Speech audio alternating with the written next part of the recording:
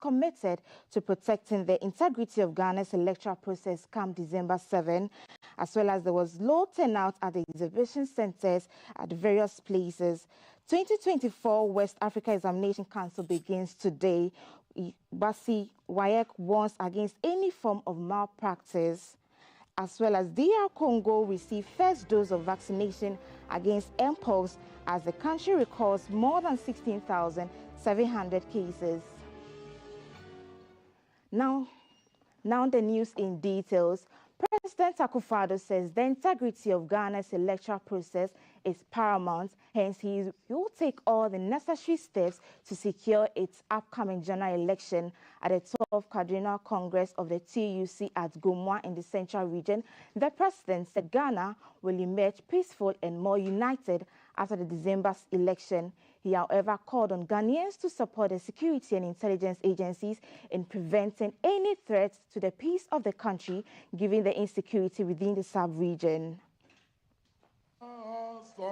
The Trades Union Congress TUC has members from 21 affiliations.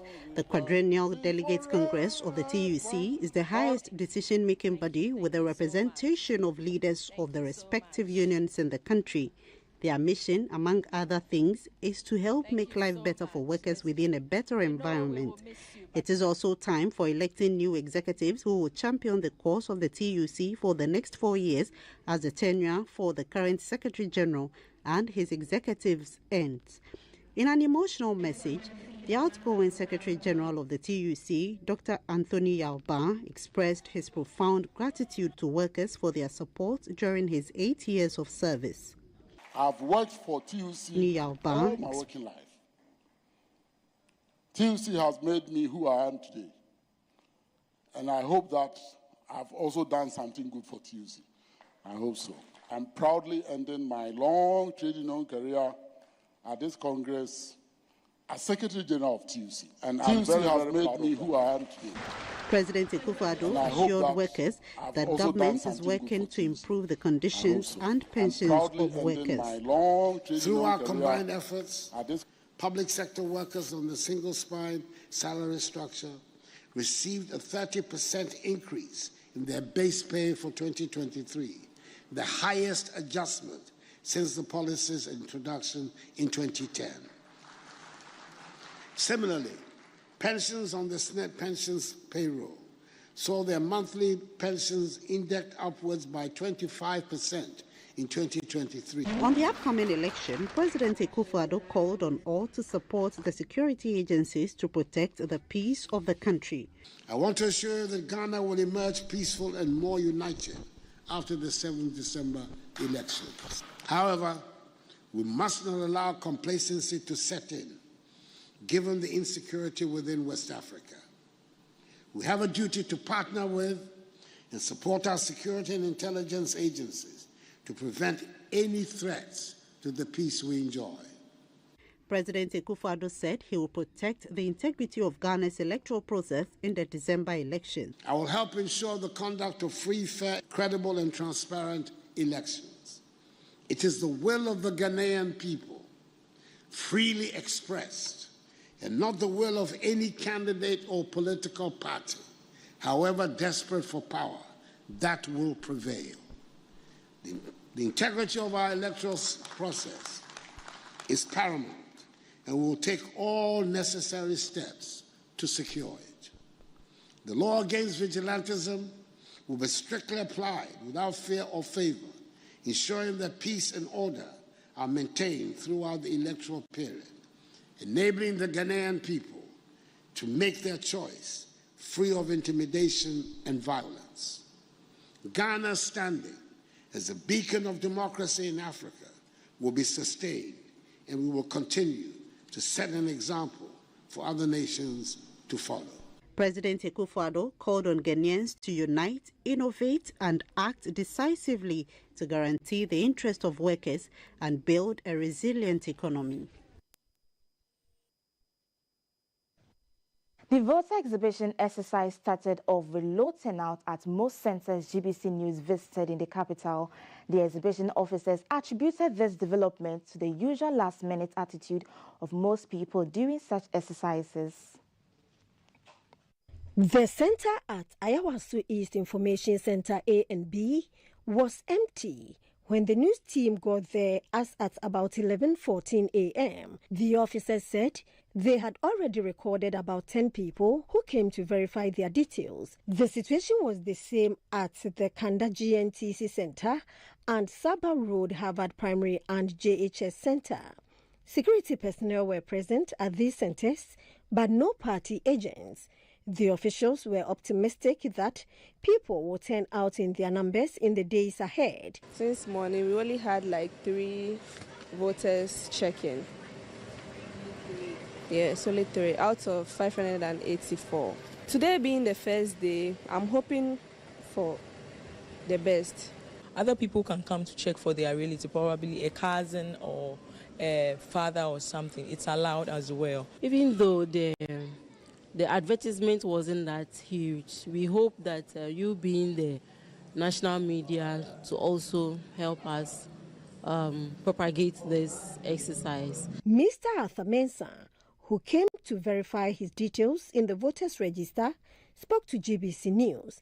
I want to make sure that my name is in the register so that on the 7th December, the vote has to be the power for me. Despite the low turnout on the first day, the EC is urging eligible voters to take advantage of the exercise to enable them to exercise their franchise in the upcoming election.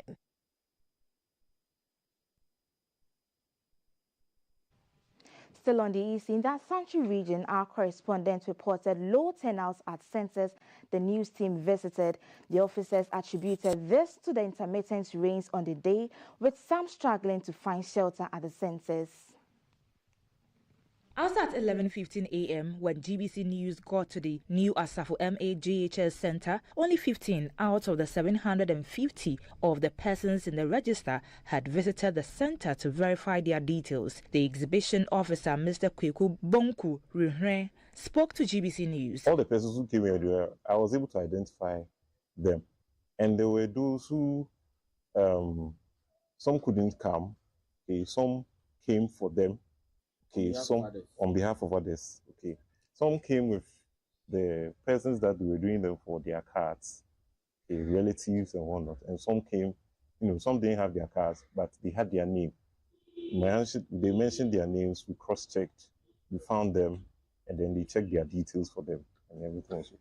There was no security official at post, but an NPP agent was present to observe proceedings. At the Asokwama-Kom JHS, 5 out of the 455 had visited the center as at 11:30 a.m., with 12 persons on the absent or transfer list. The exhibition officer, Kwabna Yeboah, was optimistic that the turnout would improve with time. For now, I would say yes, because we have just started. And I don't know from now till 6 o'clock how many people will be here. So it's okay. We are still waiting for them.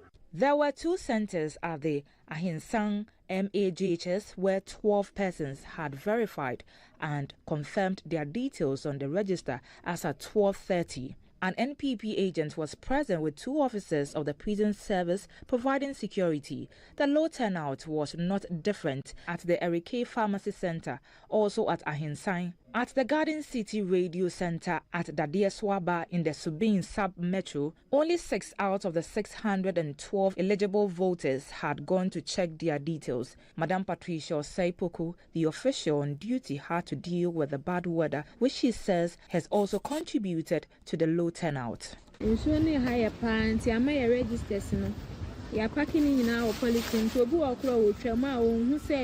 Dwumadie bi saa ekoso wa hase ye bae anope ya wasanka adwuma ne statistics we because of enkonwa ni table ni nti ye ntimi an start adwuma no sane ye na wo se ye.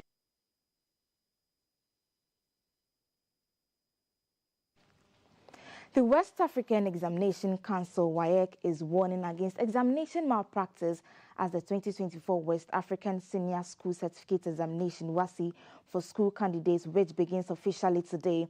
However, there are reports that candidates in some areas are being asked to pay between 200 and 500 Ghana cedis for assistance from invigilators. Additionally, there are reports that some supervisors intend to assign teachers to invigilate subjects they teach, while some schools have reportedly registered non-bona fide students to sit for the exams. In response to these reports, WAEC cautioned all heads of schools, supervisors and invigilators to desist from this practice, as all those involved will be dealt with according to the rules and regulations of the examination. The council emphasized that the entries of implicated candidates will be nullified and those found guilty of cheating will have their entire results cancelled. A statement signed by Head of Public Affairs at WAEC, Mr. John Kapi, on August 19, 2024, indicated that examination centers that do not adhere to the regulations will be relocated to WAEC designated centers. Despite these concerns, the 2024 WASSCE commenced on Monday, August 19, 2024, following the completion of the visual art project work earlier in the month. The examination, which is being conducted at 1,000 centers nationwide, will run until Friday, September 20, 2024. A total of 460,611 candidates from 1,003 schools are participating, representing a 2.66% increase from the previous year.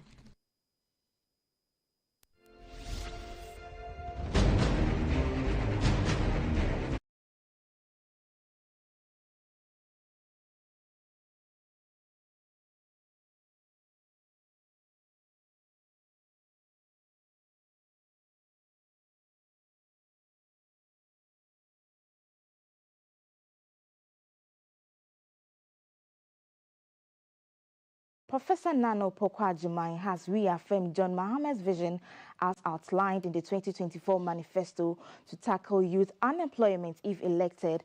She highlighted the proposed establishment of the National Apprenticeship Scheme as a key solution to the high unemployment rate in Ghana. Speaking at the mini Deba held at the new Achimota Market in the Okankwe North constituency, Professor Nana Opoku-Agyemang emphasized that this initiative would not only address unemployment but also transform the fortunes of the country. Professor Opoku-Agyemang stressed the importance of providing adequate vocational training opportunities for those who could not excel in formal education, noting that the National Apprenticeship Scheme would help bridge the unemployment rate gap. For our economy, the Yenisa Bonkophobia, Nanda Oma no pen or Mabohu. Yes, one more farm on the Emra, Yanka some more church on Crawford the Emra, the Ebeno, Yakani Bebre Dada, and I and Kai. Say 24-hour economy, Yakan. Nancy say a Beko Yanim so I connoissant. Bakon Susune said the market Jumana and Mebununi Yano, atiti. Abayan Ubafani Panasan, police Ubafahi, military saying, Ebi a mensumin pe police, men pe military, me pesa miami ye mejuma. Ana, me pesa miami ye mejuma nansa nujuma de unyao. Me na me ye imagine say obi am beka nchem so china me nko retirement. Me ame pa meko. Ana, enti me otu me bi o mejuma no so a. Wom se mra wo omani mu amedi so. Nanso bebi wo ho a ehye me amensa. Enti ye ka National Apprenticeship Program a ya de papa. Na de ye wura John Dramani Mahama e kan so ne say obi wo ho a opese obi okosua welding, opese okosua masonry, carpentry, opese okosua de palm eti enoma bebre. Obi wo sika kakra ye de bekwakọ hwehwe trinsa ne ye beje no na ya asem. Ana meboa aye nokra na anya nokra na chese waka dan mu yesu yempese waka dan mu enti saa aka no aban ebebo modin na wafa na saa abofra no yempese ono onye adwuma ono onko school ono onena basa wo munyina wo meyeye ma wo munyina wo yeye a wo yeye ma oman no aye nyina ye ka ho no enu nti ne ese youth ni nyina wo meyeye ma wo meyeye dia ye show mu yi a ekoye mayen ye ja omo saa na nkoyi ama omo a omo de omo susawo enkoye mayen so ntese ye ni ko omo so enti ni baby ni se ye hwa ye si o e ma no bre me ma no bre.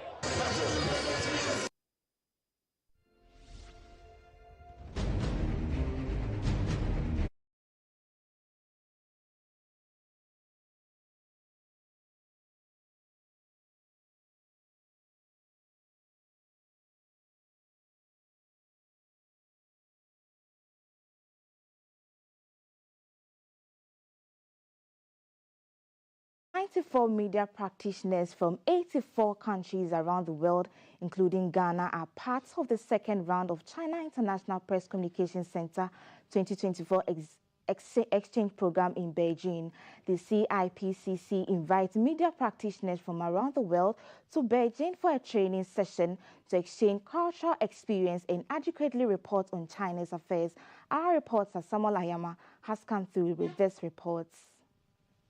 Questions and also suggestions. The 4-month exchange training program has participants from across Africa, Latin America, Asia Pacific, and Europe. They will attend and cover major domestic and diplomatic activities in China, among others. All participants are expected to participate in each aspect of the exchange program, which include holding interviews on major activities, attending lectures and training, experiencing Chinese culture, visiting Beijing and outside of Beijing. It also includes participating in internship programs at the local media houses, participating in the CIS China Africa Media Cooperation Forum and China Africa Media Think Tank High-Level Dialogue in Beijing. Participants will also be part of the launching ceremony of the report on Chinese investment in Africa 2024 and Beijing Dialogue on Chinese investment in Africa. The director of CIPCC, Mr. Lei Yu, told the media that the CIPCC was established in 2014 to improve the friendship between China and developing countries, to build a platform for media personnel from Africa, Asia, and Latin America to observe, understand, and study China. And also, you know, in the beginning of September, there will be a summit of FOCAC will be held here in Beijing. So the purpose is to invite our African journalists to come to China, to help them to know more and comprehensively China, because there are so few African media can set up a correspondent bureau here in China. Participants, Ganyani Alexayan from Armenia and Natalia from Georgia, spoke to GBC News. It's a great opportunity for me to explore the country as a journalist and to know it better.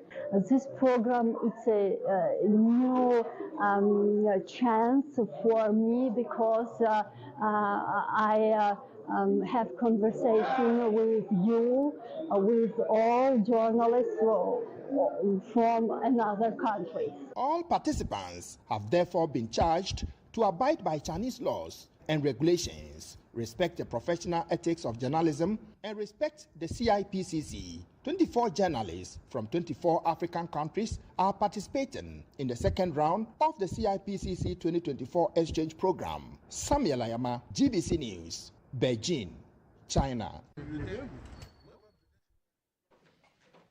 Back home, at a stakeholders forum in Accra, the focus was on evaluating social programs in Ghana and the broader West African sub-region. It was organized by JPAL Africa in collaboration with the Development Impact West Africa to enhance the impact of social programs across the continent. Participants from various countries across Africa, including government representatives, non-profit organizations, academics, and development partners from Ghana, Togo, Nigeria, Morocco, Libya, Senegal, La Côte d'Ivoire, Malawi, Benin, and the Central African Republic took part in the 5-day evaluating program, which is underway in Accra. The meeting was a platform for in-depth discussions on the effectiveness of social programs aimed at poverty alleviation, education, health, and economic development. For the speakers, it was important to highlight the importance of evidence-based policy making and the role of rigorous impact evaluations in ensuring that social programs achieve their intended objectives. The emphasis was also on collaboration between governments, academia, and civil society, which is crucial to addressing the present social challenges facing the region.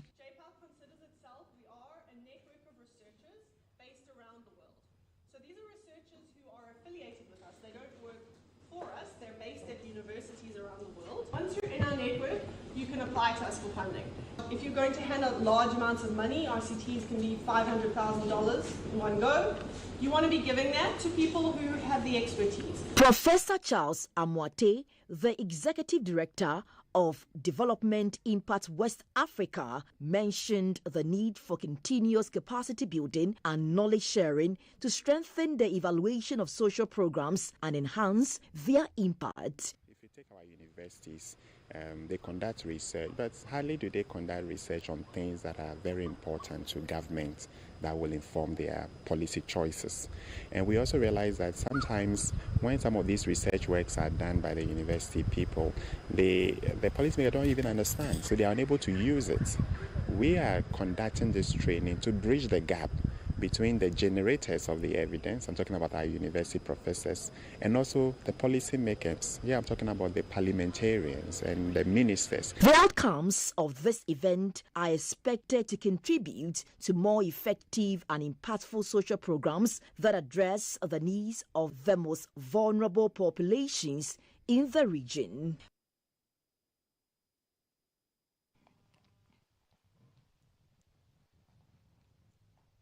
Now on the foreign front, as the World Health Organization recommended on August 19th that countries affected by the Mpox variant initiate vaccination plans in areas where affected emerge, the hardest hit nation, the DRC, expressed hope to receive its first vaccination next week. The country has reported 16,700 cases with over 570 deaths since the beginning of the year, according to the Health Minister Samuel Rujakamba at a press conference.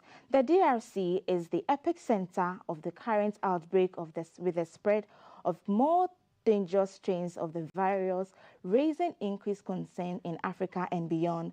Outside Africa, Mpox cases have been diagnosed in Sweden, Pakistan, and the Philippines.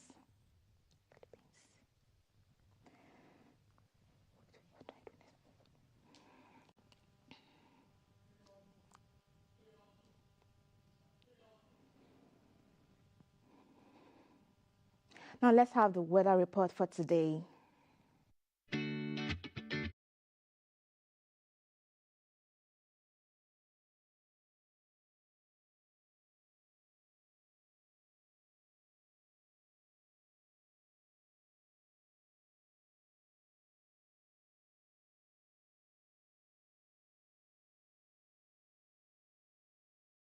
The Chief Meteorologist, Madam Felicity Ahafianyo, to give us more updates for today's weather. Hello, Ma. Good morning. Good morning, Celestina. I hope I got your name right. Valencia. Okay. Sure. Thank you very much, and thanks for joining us this morning. Please, can you give us updates for today's weather? What should we expect? Thank you so much, and good morning to everyone in the studio and those that are watching or listening to us. For today, this morning, we expect the country to have variably cloudy conditions with light rain or drizzle expected over the coastal strip, those in Greater Accra, part of Volta, and then part of Central Western region. The north, upper east, upper west, some areas are also likely to have some few showers this morning. By afternoon, we expect the sun to break through. With just a few areas that's going to experience some rain and thunder. We expect those in Tamale, Yendi, those in Sunyani, Wenchi, Ijura areas to have some low chances of rain this afternoon. Into the evening, we expect those in the Oti region and part of Eastern region to also have some showers. For temperatures, we expect it to range between 29 and 32 across the entire country. For tomorrow morning, we expect it to go down to 22 over the coastal parts of the middle sector, 21 for the transition, 19 for northern sectors. The state of the sea will remain rough throughout the forecast period for today. And for the Volta Lake, they are pretty cool for fishing activities during the daytime, except that some portions that we are anticipating rain and thunderclouds that will form over those areas, they need to be careful, but it's not something that is going to bring damage to them, especially those around the OT region. So for the forecast for today, the how we are anticipating it to be across the country. Thank you very much for this update. We also keep up. That was Madam Felicie Ahafianyon, the Chief Meteorological Officer. Now let's have the lotto numbers for Tuesday. So the Alpha Lotto winning numbers for Tuesday is 62, 58, 28, 85, 73. The Alpha Lotto for Tuesday winning numbers again, 62, 62, 58, 58, 28, 28, 85, 85, 73, 73.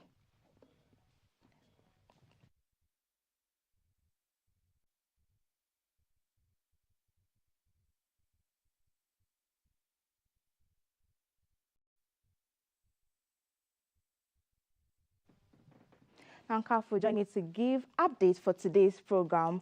Good morning, Kafu. Morning, Valentina. How are you doing? I'm doing very well. How are you? I'm great. So coming up, we have a conversation on erectile dysfunction at 6:30. It's our BFS clinic. 7 o'clock, we've got our social media corner. So Jay will be doing his thing. Okay. Maybe the other Val will come. Who knows? The sports at 7:15. And 7:30, we've got our headlines segment. And then we have a conversation on mining as well as climate change. And your messages on 055-556-1034. So you're welcome to GTV Breakfast. Stick around with us. Thank you very much. And then my name again is Valencia Tete. Enjoy the rest of our program.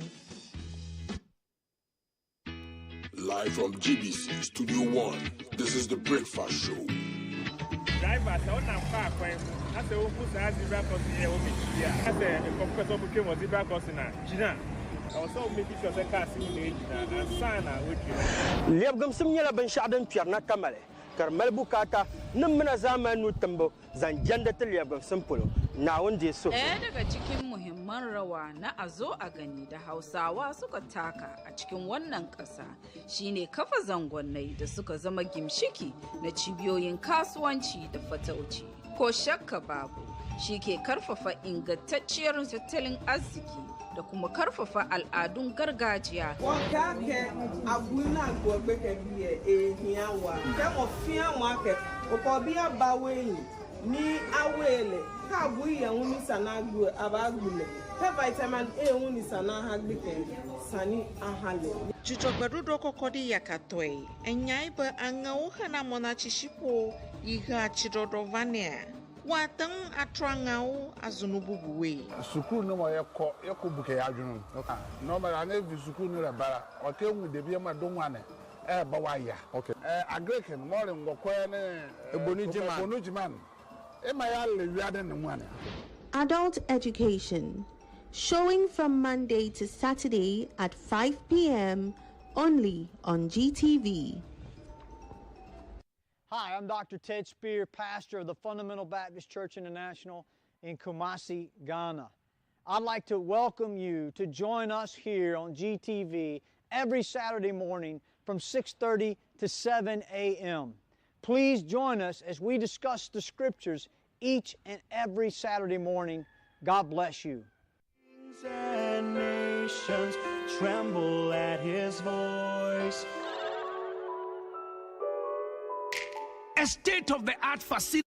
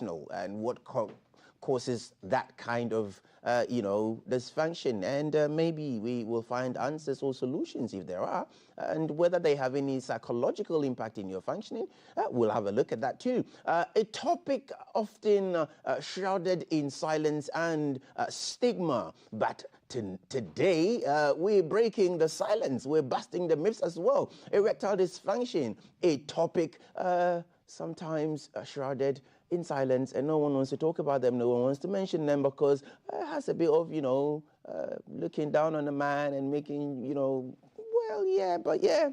it's a human thing. So this morning we have Esther Yesuto Agbozo, Medical Director, Wejegbawe Municipal Hospital.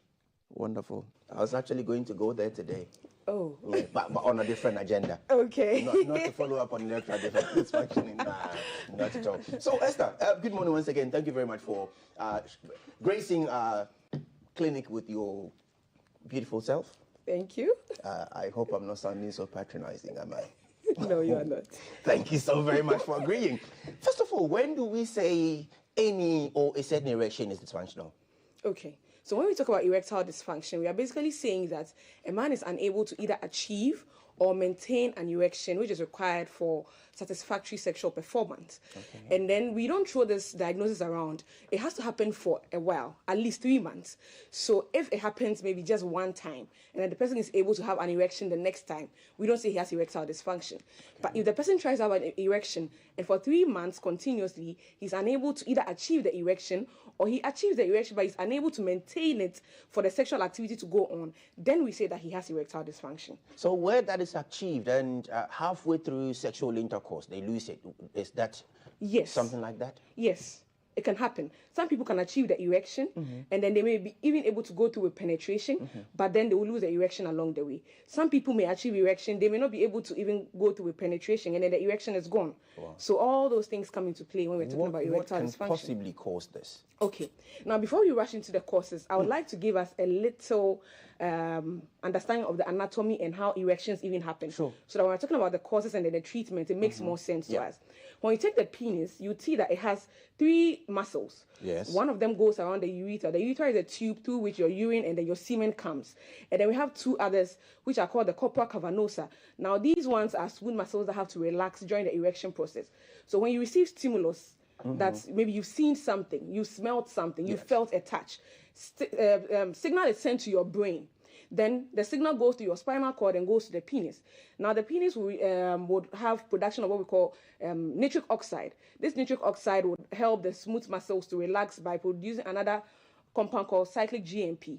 Now when the muscles relax, it allows blood to flow into the penis. Okay. Now the blood flows in, the penis becomes rigid, there's increased length and girth, and then it compresses on the blood vessels that takes blood out of the penis. Okay. So blood is coming in, but blood is not going out. So the blood stays in the penis and gives you the erection that you need. Awesome. Now you'd come to see that before the erection goes away, there has to be an enzyme called phosphodiesterase 5, which needs to break down the cGMP, which is causing the smooth muscles to relax and allowing the blood to come in. So you'd see along our discussion that even for Viagra, it inhibits that particular enzyme. And that is how come that people are able to maintain their erections for long. Now, when we look at the causes of erectile dysfunction, we would see that they are under 2 main categories. We can talk about psychogenic erectile dysfunction and then organic erectile dysfunction. Okay. Psychogenic means that it has something to do with your mind. So anything that affects any form of mental health issue, stress, we are looking at anxiety, we are looking at depression, we are looking at marital disharmony, anything that affects the mind can cause erectile dysfunction. Okay. It doesn't mean there's anything necessarily wrong with the person, it's just a state of their mind. Right. And so if they're able to alleviate their stress, they're able to deal with their marital disharmony or whatever relationship issue they have, they're able to handle their depression or their anxiety, you'd see that their psychogenic erection would go away. Okay. But for people with organic erection, it means there is something actually wrong in the body that needs to be taken care of. Right. Now, I'll usually say that when somebody has erectile dysfunction, you need to remember that the erectile dysfunction may be your body's first sign of a serious illness. Maybe a heart attack, which is on the way coming. Maybe a stroke, which is on the way coming. Okay. Because it means that the penis is not able to get enough blood. So it means all the blood vessels in your body are probably suffering as well. All right. The blood vessels to your brain, the blood vessels to your heart as well. But your erectile dysfunction may be the first sign that you get. You're trying to get an erection, it's not coming. Right. But it may just be prompting you that there is something serious on the way coming. Wow. So instead of focusing on getting an erection, you may want to get yourself checked. because sometimes people may have hypertension, Right. diabetes, high cholesterol levels, which is destroying their blood vessels, including the blood vessels in the penis. The unfortunate thing is that in the penis, we have just one artery, which brings the blood. So if that blood vessel is destroyed, that is why that would be the first sign you get. For the other organs, they have what we call collateral arteries. So even if the main vessel is impaired, the other vessels are bringing in blood, so you will not see the sign. Right. But for the penis, because it's just one vessel, once it is compromised, you begin to get the erectile dysfunction because the blood is no more coming in. And so the organic causes, we are looking at chronic diseases like hypertension and diabetes. We are looking at brain issues. So if somebody has a brain tumor, a brain injury, people have spinal cord injuries. Now, the interesting thing with the brain and spinal cord issue is that people who have brain injury, some of them may be able to still maintain their erections because we have two types of erections, psychogenic and the reflexogenic. Psychogenic is mainly the brain. Reflexogenic has to do with the spinal cord. Okay. So even when you have issues with your brain, maybe you've had a brain surgery, a brain tumor, and you don't get psychogenic erections anymore, your reflexogenic erections are still there. Are still there, okay. So 25% of people will still have erections maintained. Interesting, you mentioned how stress. So, it's one of the things you find very common. People, I'm so stressed today. Yeah. Is that the case for everybody, where stress may even lead to erectile dysfunction? Is it the same for everybody? It's not the same for everybody. You see, individuals are different. Everybody handles stress differently. Sure. Everybody's body interprets stress differently. Yeah.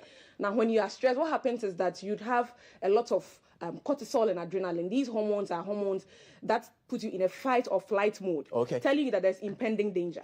So at that particular point in your body, the last thing on your brain's mind is to give you an erection. So the reason why you get erectile dysfunction when you are stressed is because your brain is in a fight or flight mode. Right. So we are in a danger situation. That's not the time to have an erection. And so you may not get the erection because you are stressed. Some people may be stressed, depending on the level of the stress that we are talking about. Some people may be at the point where maybe they are at the burnout stage where they are completely, burnt out or worn out. Yeah. And then some people, it may just be some little amount of stress. Those people may still be able to have their erections. And even for some people, being able to have erections and going through sexual activity actually helps them alleviate their stress. It's a coping mechanism for some people. I can so identify with that. That's why I asked. Yes, so it's not automatic that once you are stressed, you are going to end up with erectile dysfunction. Okay, so let's look at lifestyle and how that also contributes to erectile dysfunction. Okay, so our lifestyle would usually come to play with the conditions that you will end up with. So for instance, if you are drinking a lot of alcohol, you are smoking, you are eating a lot of unhealthy diets, you are not exercising, what is going to happen is that you are probably going to end up with either diabetes, hypertension, high cholesterol levels, and other things which would eventually impact on the blood vessels which are supposed to supply the penis.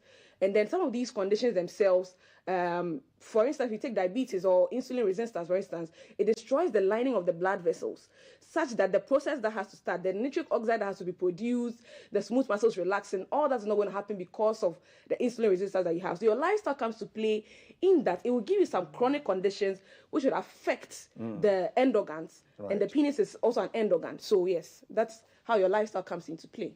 In terms of addressing EDs, is it the case of medication, surgery, or psychological counseling? Good. So it depends on what type of ED you have. Okay. So first of all, you usually have to come in, we have to take a detailed history. Right. We need to examine you. Sometimes we need to do some labs or investigations, and then we can decide what works for you. So if at the end of our discussion and our investigations, we think you have psychogenic erectile dysfunction, maybe all you need is we'll encourage you to get maybe good stress relief. If we think you need counseling, you need to see a counselor. Some people too, it's just performance anxiety. For instance, maybe he tried it one time, it didn't work, not because he has any issue, he's just scared to do it again. Okay. So once you have erectile dysfunction, they have it the first time, they are scared to go back. And performance anxiety can make you think you have erectile dysfunction, just performance anxiety. So those people may need some counseling to come out of it. And then for other people, we can go to medication. So oral medications, that is where the famous Viagra would come in, also known as sildenafil. Yes, so Viagra will come in. We also have tadalafil. All of them come into play. And then after the oral medication, the unfortunate thing is that oral medication, you have to take it an hour before the sexual activity. So it sort of takes out the spontaneity of sexual activity because it's like you have to time it. Take it on an empty stomach an hour before the activity has to happen. You wouldn't know when you want to have sexual activity. So if you are in the mood, then now you have to go back and take your medication and wait for an hour for it to work. So not everybody would go with the oral medication. And then the oral medication, some of them to have some side effects, so some people may not want to go with that. Following that, we also have what we call the penile injections, where instead of taking the drug, we are injecting the drug directly into the penis. Yes. I see the expression on your face. That definitely knocked me out. Yes. Yes, and you'll be amazed at the number of men who come in for these penile injections. I remember there was one old man, about 65, who was always chasing one of my bosses around just to get that Does injection. it also have anything to do with how long you stay on? The good thing with the injections is that instead of taking an hour to work, it takes 3 to 5 minutes, you have your erection. And it doesn't come with the side effects that the oral medications come with. Okay. So some people prefer that because it sort of helps them. They don't have to wait for an hour to get the erection. And it enhances staying power as well. Exactly. You perform much longer than you would naturally do. Yes. I guess that would explain why some would want to. But even with that, still not everybody wants to be injecting their penis every time they want to go through with sexual activity. I get. And then we have the vacuum erectile devices, which is like a device which is put around the penis. It creates a vacuum around the penis. It draws blood into the penis to give you the erection. And then you have a constriction band which is put at the base of the penis to prevent the blood that is coming from going back out, so that the erection is maintained. Now the disadvantage with this is that it can't stay on for long. By 30 minutes you have to take the constriction band off because now there's no more blood coming in, so the penis itself can suffer some sort of damage because there's no more blood coming in. So it means you can only have your erection for about 30 minutes if you are using the vacuum assisted devices. And then again, we can talk about surgical methods. So for surgery, we can look at either vascular surgery or we are looking at penile implant. Vascular surgery is we are repairing the blood vessels which have been damaged in the penis. And then penile implant is we are putting in cylindrical tubes which look like the smooth muscles, such that with the press of just a little button, which is usually in the scrotum, which nobody can see after the surgery. Nobody knows you've done anything. Oh, wow. You walk around normally. You have an implant? Yeah, you have an implant, but nothing shows that you have an implant. Wow. It's just a little button in your scrotum that you just press. The cylindrical tubes will fill up with what we call normal saline, and it gives your erection. You can do whatever you want to do as long as you want to do it. And then walk us through this image on our screens. Please put that back up for us. We have that image. Yes. All I see is three, red. Three looks like cylindrical tubes. Absolutely. Exactly. What are we looking at? Yes. So the two big ones on the top are the corpora cavernosa. Each of them is called a corpus cavernosum. Okay. So they are the tubes. You see that there's a deeper red in there. Those are the blood vessels. Okay, so these blood vessels are the blood vessels that will fill up with blood during the erection. Yeah. So the two tubes on the top, they have to relax during the erection process. So in this case, they're actually not relaxed. So when they relax, you see that the blood vessels, the darker red becomes bigger. That's where the blood comes in, becomes engorged, and then the erection happens. The tube on the down part is where the urethra goes to, the tube where your urine and the semen comes out from. So that one doesn't play much when it comes to the erection. The two big tubes are the focus. The two smooth muscles are the focus when it comes to erections. Yes. Wonderful, wonderful. Now, you also mentioned surgical, where you have implant or you have repairing of. How long does this exercise go on, and how long can you maintain that before they lose their functionings again? Great. So for vascular surgery, once it is done, it means that if there's any underlying cause as to which you had the vascular issue, you need to take care of that. So if it's diabetes, you need to take care of diabetes. If it's hypertension, you need to take care of it. If it's high cholesterol, you need to take care of it. Once you take care of the underlying cause, you may not have the vascular issue again. But if you don't, you can end up with a vascular issue again, and we can't keep going back and back and back. Now, for the implants, you can have it as long as 15 to 20 years. Whoa. The penile implants are the longest lasting implants in the human body. So you can have them for 15 to 20 years, go about your business like nothing has happened, and have your erections as and when you want to have them without having to worry about them. What role does diet and exercise play in keeping your erectile function?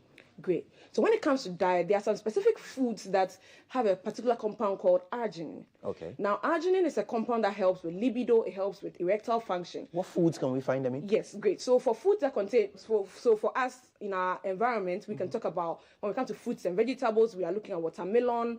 We are looking at fruits as simple as almonds. When we look at vegetables, we are looking at spinach. When we talk about meat or fish, we are looking at shrimps, we are looking at salmon, tuna. So these are things that are common around us that you can actually eat, and then they'll give you a lot of arginine, and arginine is going to help with your erectile function. And then for the exercise bit, exercise helps you to maintain good blood pressure. It helps you to stay in shape, so preventing you from getting diabetes or high cholesterol, which will destroy the blood vessels. So that's how diet and exercise can come in.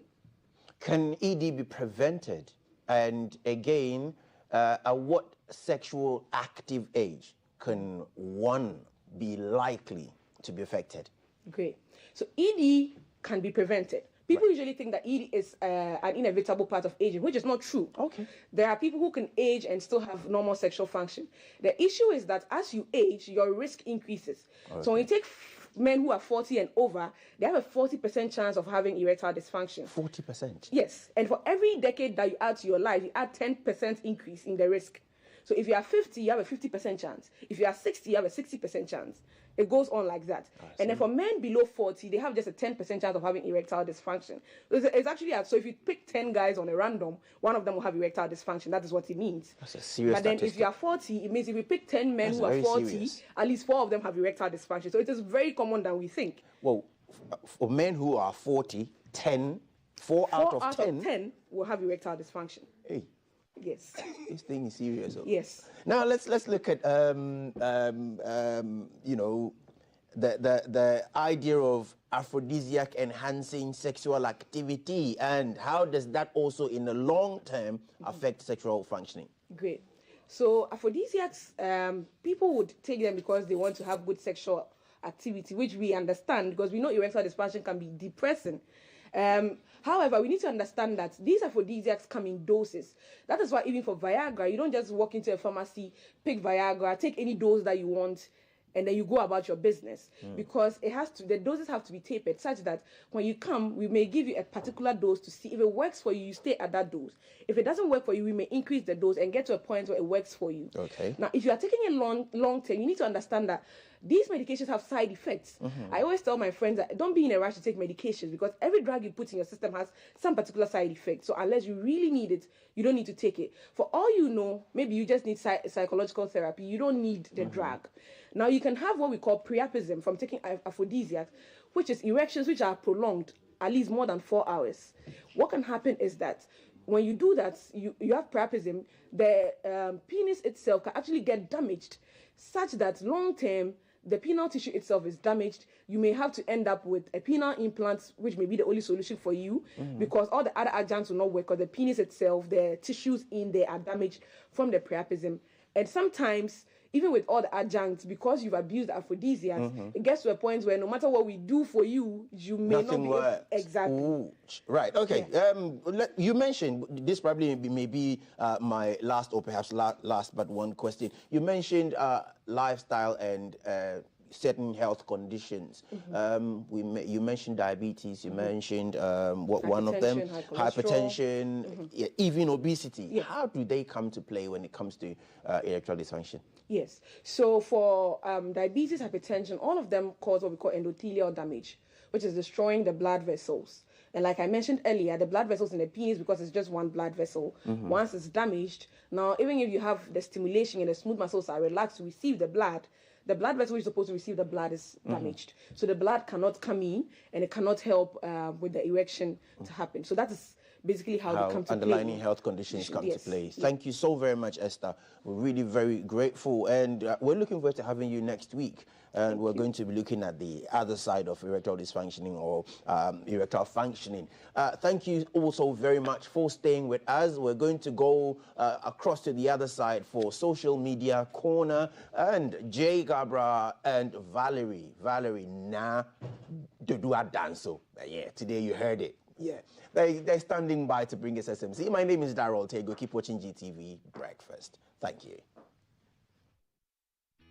Live from GBC.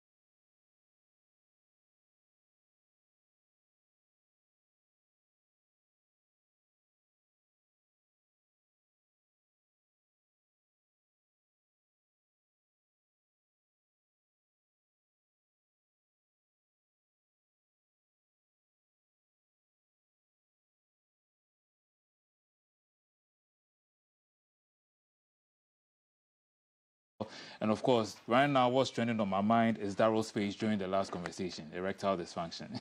There were highs and lows for him. It was very fun to watch his expression every time. So, top on the trends, Ghana trends on X, Chelsea is trending, MPP against the people trending, GBCDG trending, Sports Minister trending, Vardy trending. This is what is in the trends. And Stonebwoy is also trending. And Stonebwoy is trending. Yes, indeed. Yeah. We are picking him. Yeah. And speaking of Stonebwoy, he graced our studios yesterday, and he spoke on a number of things, including the fact that his recent graduation from GIMPA was mad when some people on social media were saying it was fake. Did he attend classes and stuff like that? I know, right? People are so negative. Like, people just love negativity. Oh, yeah. And they also want to trend, like the way Stonebwoy is trending, but Emfa. Anyway, he spoke with Kafui, and here's what he had to say about the naysayers. Did you enter the classroom with your bodyguard? He wouldn't allow me to go by myself for the first 2-3 weeks because you see everybody cares for me, my people. Like sometimes I get on campus without telling anybody, and by the time I look back, I'm like, champion, Army, which level? You make I go come. Because we do disguise. We're all fit disguise. So you try disguise through the whole time. Even I was finding my feet. You see what I'm saying? I was finding how to get in. Okay, I was at evening school anyway. We have the morning. I couldn't have done the morning. No way. So the evening, and that's why I love GIMPA for the fact that they are pushing, they give opportunity to how you want to get it done, so long as you can do it. But it's not easy because there are cameras in the exam hall. Let no human being lie to anybody. Let me say this on Ghana television to shut these naysayers, because sometimes they tend to be louder than the real sensible people who are quiet. You can't, GIMPA, I've never sat in any, there are cameras in the exam hall. They watch you. Why would they prison? Academic prison. Yes. So that tells you how difficult it is. You have to learn. You can't beat. There's all them one day. Some people will try to push the narrative. And I don't like the fact that I'm going to pankasa. Somebody I say, don't throw one kwasi for no sebio. That is the narrative. Because you will not find one Ahwenepa coming to just debunk anything. And sometimes we have to take it upon ourselves. Sitting on Ghana TV, I need to appreciate the fact that Ghana, Institute of GIMPA, Management of Management and Public Administration. Ghana Institute of Management and Public Administration. Listen to the name. Ghana Institute of Management and Public Administration can dash certificate. Never. Which poverty-stricken mentality and failure mentality is that? So for any human being to be able to, especially those that are supposed to know better in disseminating the information to the ground so that they can get inspired, are sitting down there, and of course it's those ones who have not even finished junior high school that are, so more fire upon them. It's not easy. We are inspiring the people to be able to still move, still push. So I'm happy for the second class upper. I understand how he seems angry at the naysayers or no, but you know what they say, empty barrels make the most noise. So sometimes that's why good people just keep quiet and let the other people make a lot of noise. So allow them, the truth will eventually come out.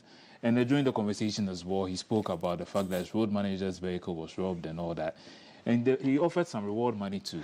So those of you who took the car, they said there's already money in the car. And so you can keep that money, but return the car. If you send the message about where the car's location is, to our WhatsApp pages, and I'll go and deliver the car to Stonebwoy myself. Wow, Jay. Oh, wow, yes. Jay. Yes. People, if you missed that interview, here's the snippet of it coming up now. Incident happened, I need to chip it in. My road manager and a friend was robbed right after I'd left them.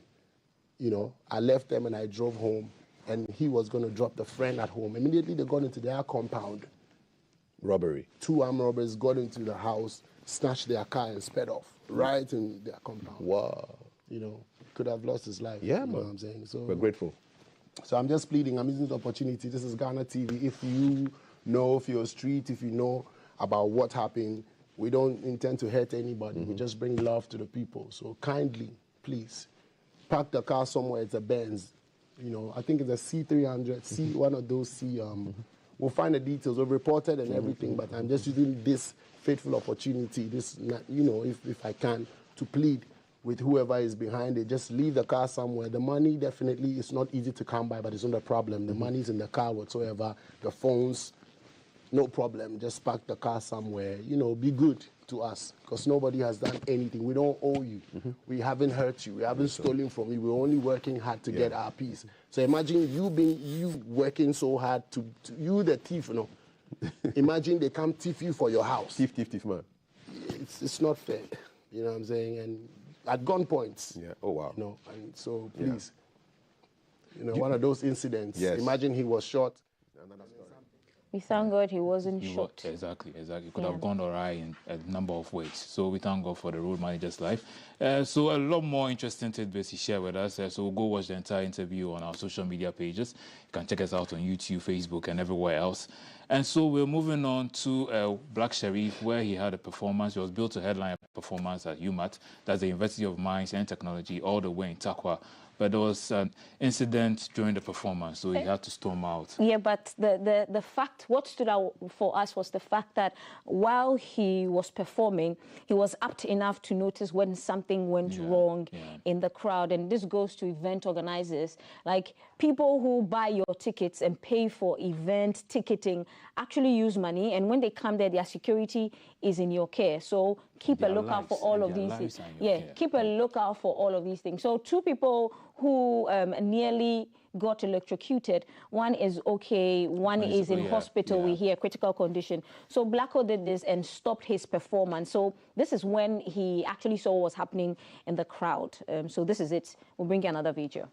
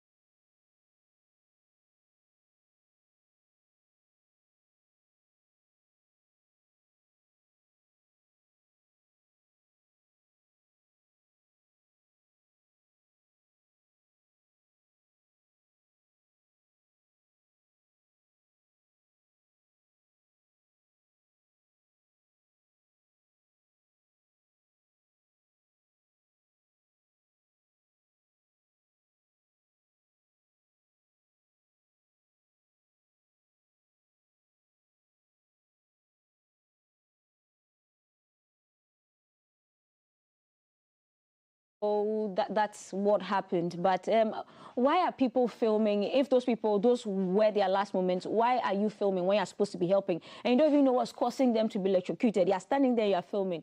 Charlie, people are just going...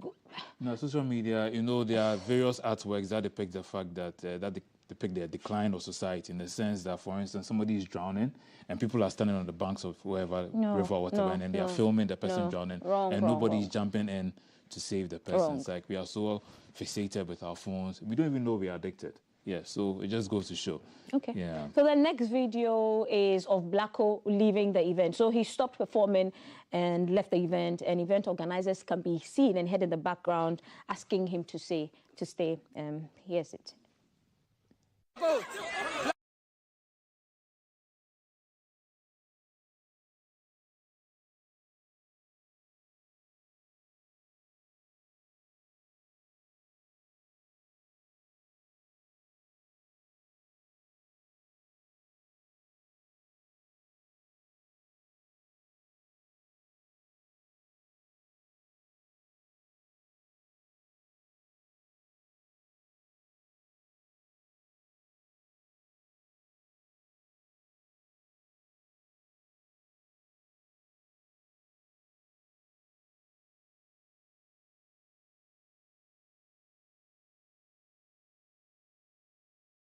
Yeah, so that happened all the way at the University of Mines and Technology. Blacko had to leave the scene because he was concerned for his safety, life, of course, for himself and the students as well, and all his fans out there.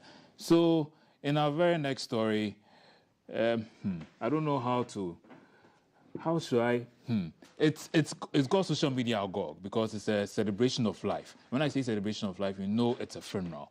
But when you see the shots of the funeral celebration, they're celebrating debate. They're celebrating life. They're celebrating life, but the way they chose to celebrate it, it's got a lot of people talking across social media that it looks more of a party. This is a proper Gbonyo party than the person's last wishes. But then again, who are you to judge the family? Yeah, so anyway, these are the videos we chance upon on social media. Honestly, when I saw it at first, I thought it was like, oh, what a bougie dinner. Yeah. And then I realized that it was a funeral. And you're like, hey, what is happening here?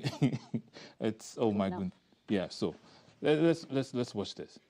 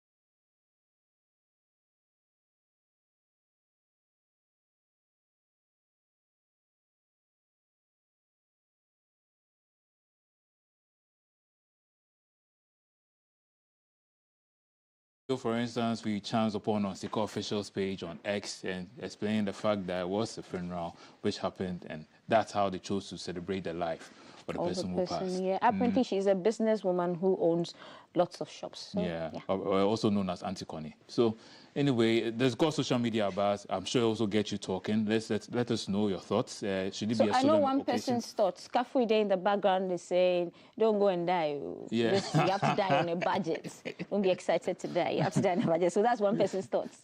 Let us know your thoughts, Emma. What's our WhatsApp number? So anyway, so we are in an election here, and you know, in Ghana, the popular saying is fear delegates and fear those who are voting for you. But this candidate was running for assemblyman, and of course, we are going to let you know the power of a single vote and what it can do for you. Of course, I'm speaking about Akabeneza. Yes. Here we go now. Maonyo Steven. 22 votes. 22 votes. Amputeki Gideon. 72 votes. 10 votes. Nah, which man's down? Semeno Gideon. 72 votes. Shepete. 1 vote. Ladies and gentlemen. Now the winner is Honorable. The radio don't kasa one kasa o. There be a one make what senior say. Honorable, almost win one. Minya one say. Oh, nasa radio na ika almost win one. There be nasa radio can. Nasa me kwano to abani bi. Honorable say we na me ba on say be ka tiro say. Na dia wo to my. Honorable pa. Dem to man dey. There be the abubo ba me aba ye abubo no. Me menya one. Now one of me and me also be to be none and one to me to my team deal. They told my men to watch me make a twaba. To my man, maybe an one. Maybe my dear more than the Mentias, one. Also, one thing, Menya, why say, Semen no give you on a farm. I'm Baba, no, that's what you're saying. See, I have Baba, baby, Baba. Yes, me, now one. I don't want to one. Because me toy. Now, what to my one? Me toy one. Maybe to now, what toy? There are also different and the name of one. Make catch them.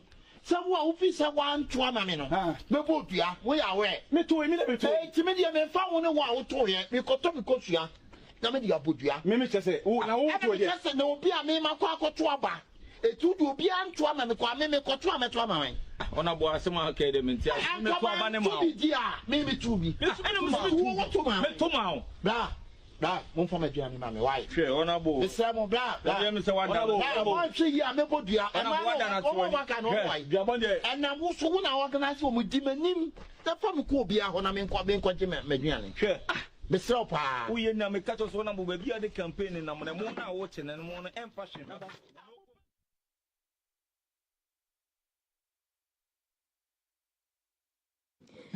To happen in December. That's what prophecy for the coming months. No, not just me. So anyway, this has been the social media corner with yours truly and Valerie. So for now, we go to Studio 5 for the sports.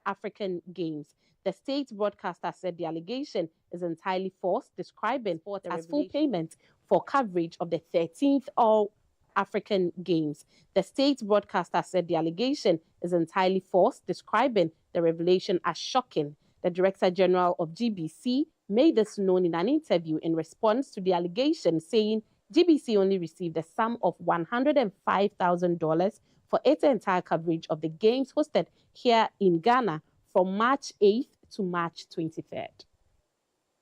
The total benefit for GBC, the total benefit of GBC was $105,000.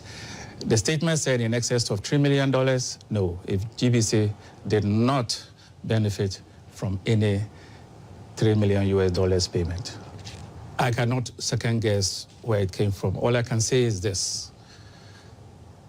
There were externally sourced production teams. GBC was invited to the table less than 1 month to the games, that they wanted us as the official broadcaster and that we should do the production. And we made it very clear that an event or a series of events such as 2 weeks of sporting fiesta, GBC did not have the technical equipment to do that. So we made it very clear to the ministry from the first meeting that that has to be outsourced. We don't have the equipment. I mean, we don't have the equipment capacity to do it. So the ministry agreed that we should play the role of the official broadcaster, and technical teams were brought in from outside the country. They flew in with their equipment. And as the official broadcaster, we had the responsibility to confirm that work was done and that payment should be effected. And some of these payments were routed from GBC to these third-party payments. Those transfers were not for the benefit of GBC. And we could never have used those monies for GBC's needs. No, it wasn't possible. That would have been criminal.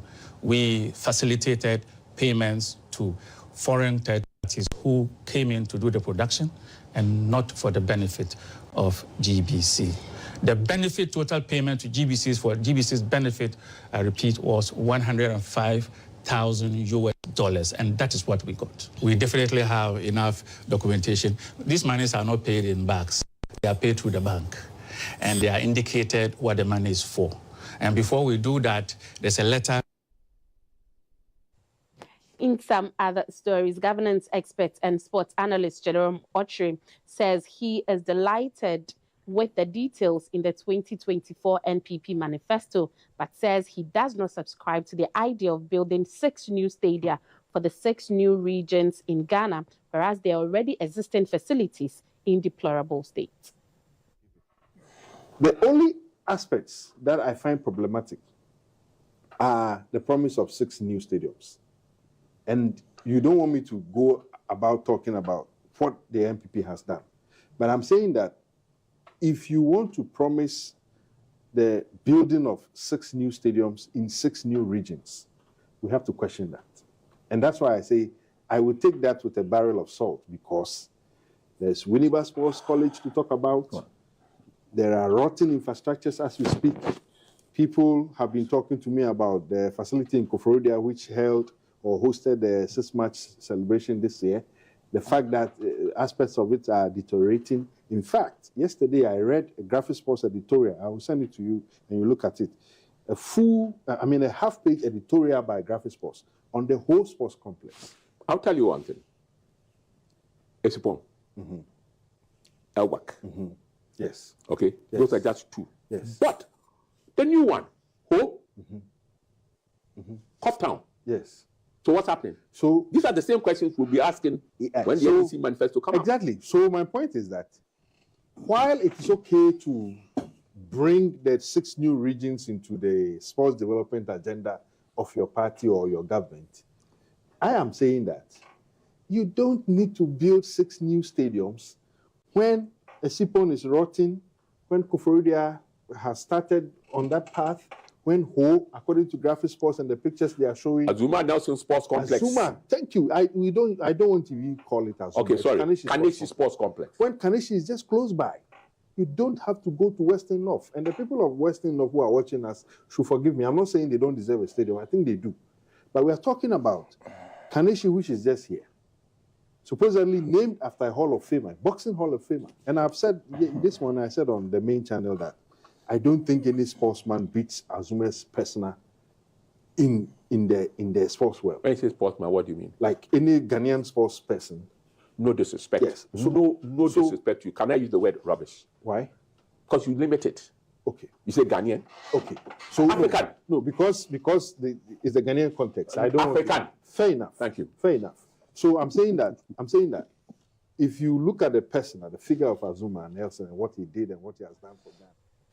Also, sports writer and publisher Eko Asma has mentioned that the 2024 New Patriotic Party Sports Manifesto is shallow for his liking. The sports writer and analyst says the manifesto does not address the wholesome trouble and rich structure of sport in Ghana, especially boxing. Amateur competitions, Commonwealth, more boxing glories than any sport in Ghana.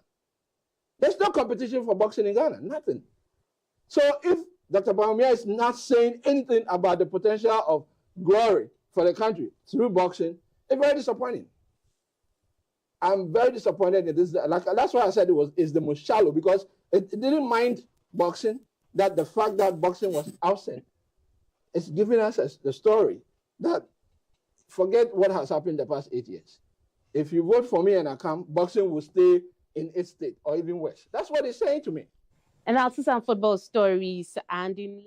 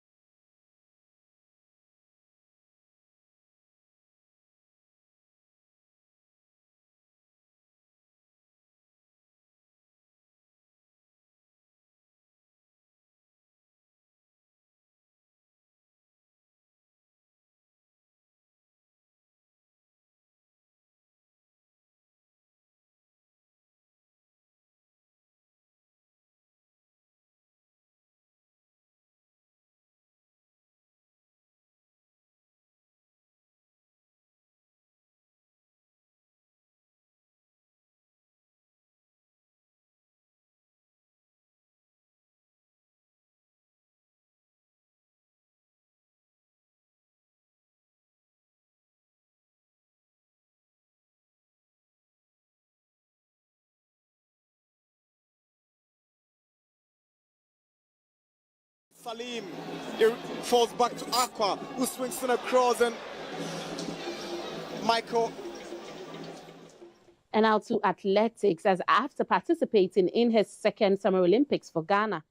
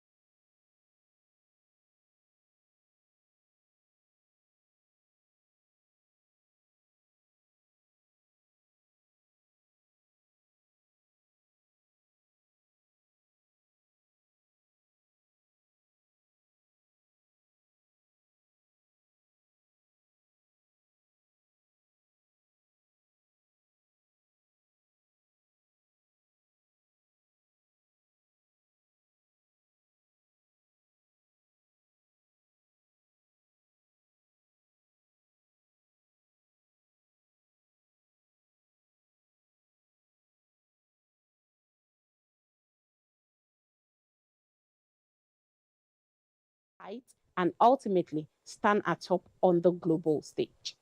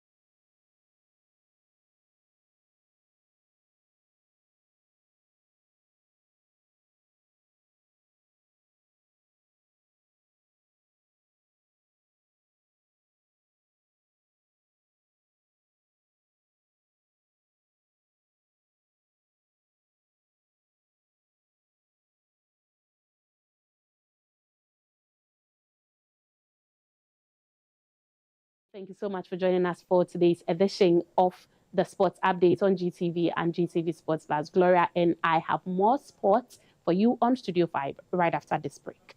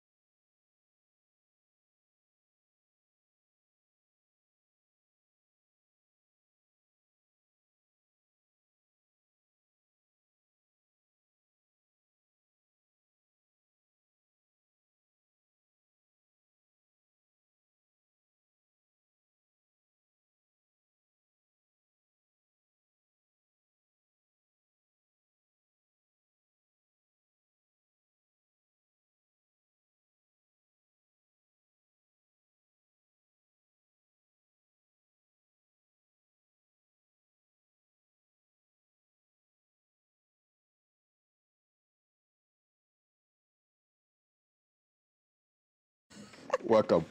Headlines. Daily Graphic.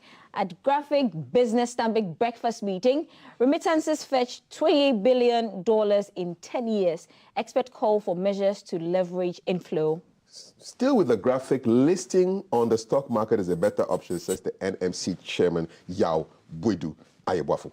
Okay, President lauds trade unions for industrial harmony. And Cabinet approves gifted, talented education. Okay. All right. That's your Daily Graphic. Okay. Daily Guide. Government will not jeopardize workers' future. Nana tells TUC. Cabinet approves GATE education policy. Okay. 22-year-old Ghanaian kills parents in the UK. Lord.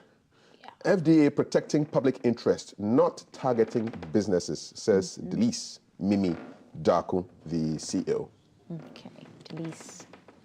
Daily Dispatch. Right. 4 ways Bawumia intends to improve Ghana's health care service. Stories on page 12. And if you want the full manifesto launch address that went down in Takoradi on Sunday, it's in the Daily Dispatch. Okay. Over a 10-year period, remittances generated $28.6 billion. Cocoa, $18.7 billion, and gold, $7.6 billion. Analysts. Our people abroad are giving us more money than gold and cocoa put together. That's amazing. Can NDC win all the 15 seats in Upper East? Answers will be inside the Daily Dispatch.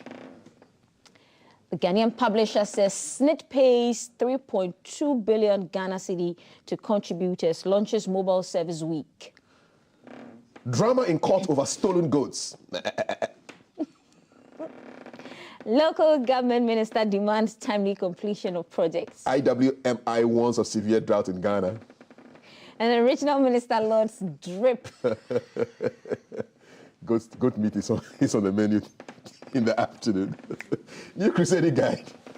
Minister tightens news around GSCSP projects, demands urgency, warns there will be no room for delays or requests for contract extensions in Western and Central regions infrastructure.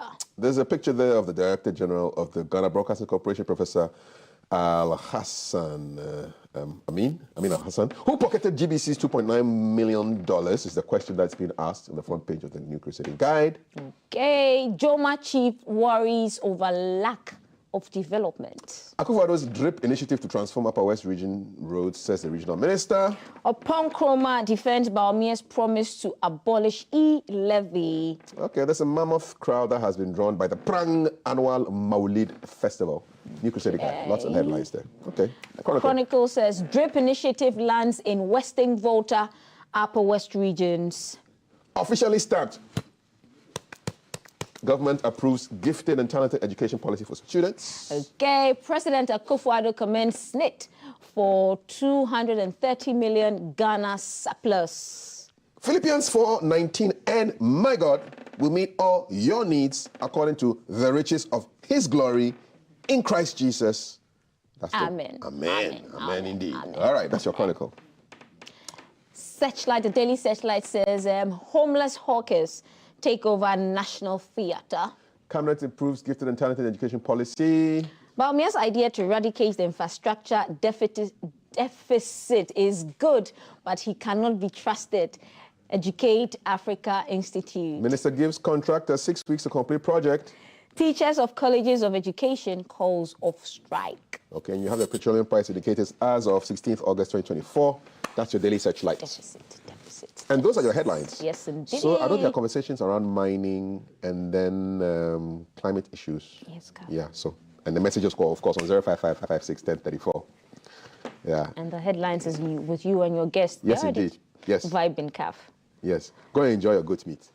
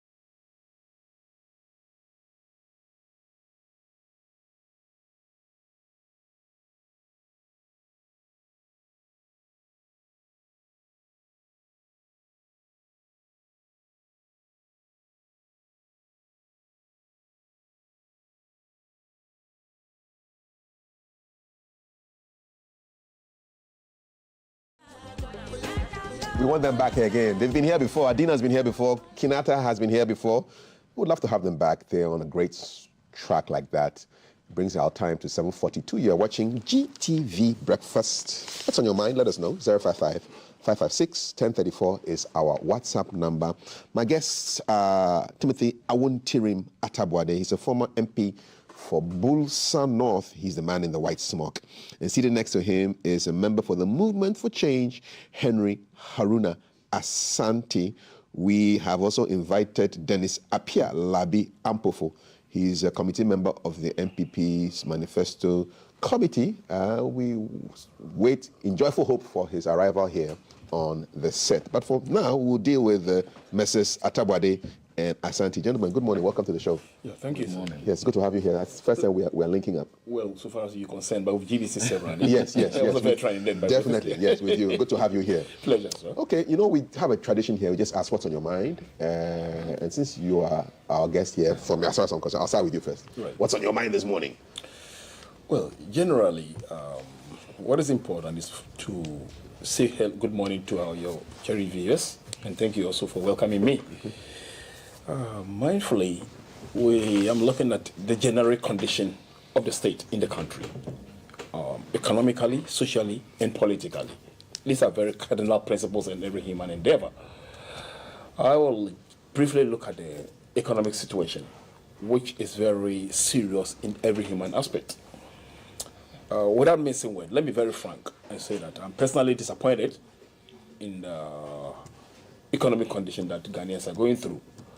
Probably, I cannot say I'm an exception. I start exception to what is happening. But I look at the generic concept of humanity, the human indices as pertain now. We need to, as citizens, come up and clearly let the leaders of the day know exactly what how we feel it. It's not the best. And I don't think this is what Ghanaians were anticipating or were looking up to. But generally, as the adage goes, man proposes and God disposes. But I don't naturally believe in that concept much because man can make and or make you. All right, somebody misdemeanor or misdeeds can lead to the general misconception or general breakdown of life and property. Mm-hmm. So the way things are going, I think ordinary Ghanaian or Ghanaian as a whole have to sit up and reason that the destiny of the generation yet on board must be a cardinal principle, so that we try to refurbish the system, make the thing go smooth, so that the children will not suffer probably what we're going through. We're in a country where sometimes I shudder to ask myself, when I get up in the morning, early by 4:35, I stand in front of my gate. You know what bothers me? I ask myself, I see little children, school-going age, between the age of 6, 7, 8, 9, 10, walking to school, okay, trekking to school, especially in the hinterland. I went to OT region, and I said to myself, is this part of the country that we inherited? Then you see executives of institutions early in the morning driving in palanquins, driving in SUVs, okay, to the office. I'm not against such principle, but I say, do we really care about the up-and-coming youth? Children between the ages of 8 years, 7 years, you see women, strolling just to take their children to school before they go look for what they will eat. These are cardinal issues that we need to look at. If the nation will look at this issue, women and children, very important. We don't have any policy for even the aged. I don't think we have any laid-down policy for these children. It's just a flip saying that, oh, we care for the children, we do. The children walk to school every day. You go to advanced nation. I live in the United States. You see school buses early in the morning for the children. It takes them to and fro. Here, children have to struggle to school. So what kind of policy do we have in place? Naturally, this has been a bane to me and to the nation as a whole. So I think as lawmakers, Honorable, I'll appeal to you people that whenever there's opportunity comes, we have to look at this cardinal principle so that the children, the elders of tomorrow are the youth of today. So if we don't put measures in place, frankly speaking, I must be frank, I've not been very happy with the trend that our kids go through till adulthood. And I think this is a very important issue to me that we have to look at. This is what has been bothering me over the years. All right. Just to clarify that, we do have a national aging policy. We also do have a child and family welfare policy. They are all on the website of the Ministry of Gender, Children and Social Protection. So we can have a look at that. Yeah, but you see, that is the problem. It's one thing having the policy down, and secondly, the implementation. All right. Luckily enough, I was part of those who, in 2008, okay, we were in Nakosombo to review the what do you call it, the Constitution. 2008, headed by the late J.H. Mensah. Yeah. He was then the leader. I happened to be part of the committee, and now we did a lot of amendment in that book. Till date, I ask myself, where are the documents? Okay, it's gathering dust. Nothing has been done. It's so a 2010 policy, actually. Yeah, absolutely. Yeah. 2010. Thank you. So in reality, then ask yourself, what exactly are we doing? Yes, we have the policies laid out. Are we implementing it? These are some of the cardinal principles I'm asking, because recently, look at this pension scheme. I don't want to go too deep into that sector, maybe when we get there. So we need to be very proactive and make sure that these things work, not to the detriment of the case. Okay? Sometimes I'm asking myself, or the good books will tell you, no one is born a criminal. Most often than not, it's a society that makes one so. So if the society is making you look criminal in nature, then naturally, why do you blame the person? So we need to look at this very critically. If they are there, then they need to be implemented. All right, implement the policies, says Mr. Santi. Mr. Tabari, what's on your mind this morning? Let me say good morning to Henry Asante. I think I got the name. Yeah, that's a good name. And privileged to be with you this morning. I've watched you from afar. When I was a student in Sanma Secondary, can you imagine those years? But I admire almost every point that you have made. And good morning to you, Kafu, and to your hard-working team, and to our cherished viewers. I've been absent for some time. I had to go with President John Dramani Mahama to the Upper East region on his tour. He started his campaign there, and I needed to be in the Brusa North constituency to organize the people for him to meet them. And then we did that successfully, and I returned. But I had a few health challenges, and I'm now healthy. We thank God. God has restored my health. Amen. Not the Ghana economy that has restored my health. God Almighty has done so. And you see, Kafui, two things, very important. I stumbled on a news item that says that U.S. court uncovers Ghana made intrinsically weak appeal in 134 million judgment debt to Trafigura. That's an energy company that came. I think we all remember that. I don't want to go in. But if you look at the spate of judgment debts under this government, I was thinking that in the case of the judgment debt that happened in our time, it should not happen again. It should have been the end. And this juxtaposed with the Auditor General uncovering a lot of financial malfeasance under this government, a colossal amount of 52 billion. I was happy one time. I think even some lawyers have sent the case to court, and the majority leader at the time, Chairman Sabons, also talked about it. These are facts and they are figures before the Parliamentary Accounts Committee. It is not a joke. Kafui, it's not a joke that 52 billion plus has been lost through financial malfeasance under the watch of Nana Addo Dankwa Akufo-Addo and Bawumia. How? Where are we going? Do we know how much that would have cost? What we could have used that for the people of this country in terms of even improving our health, education, road infrastructure.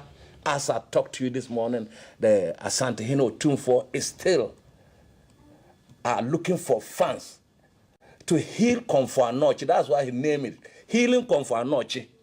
Not to rehabilitate, but to heal Komfo Anokye. $10 million and $134 million. We lost it through judgment there because our legal team led by the Attorney General made very weak argument in order to spare us that amount. And there are so many judgment debts under this government. Sometimes some people have argued that it is sometimes cooked behind the scenes with these institutions so that they will go behind and share the monies. Because you cannot understand a legal team, you fail to go and defend this.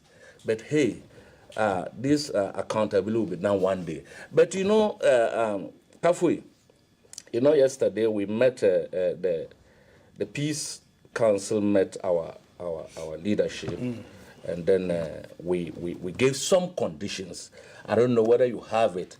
You know, initially we had said that we're not signing the peace deal. We're not doing that because the Peace Council has watched on and allowed certain atrocity to be caused in this country.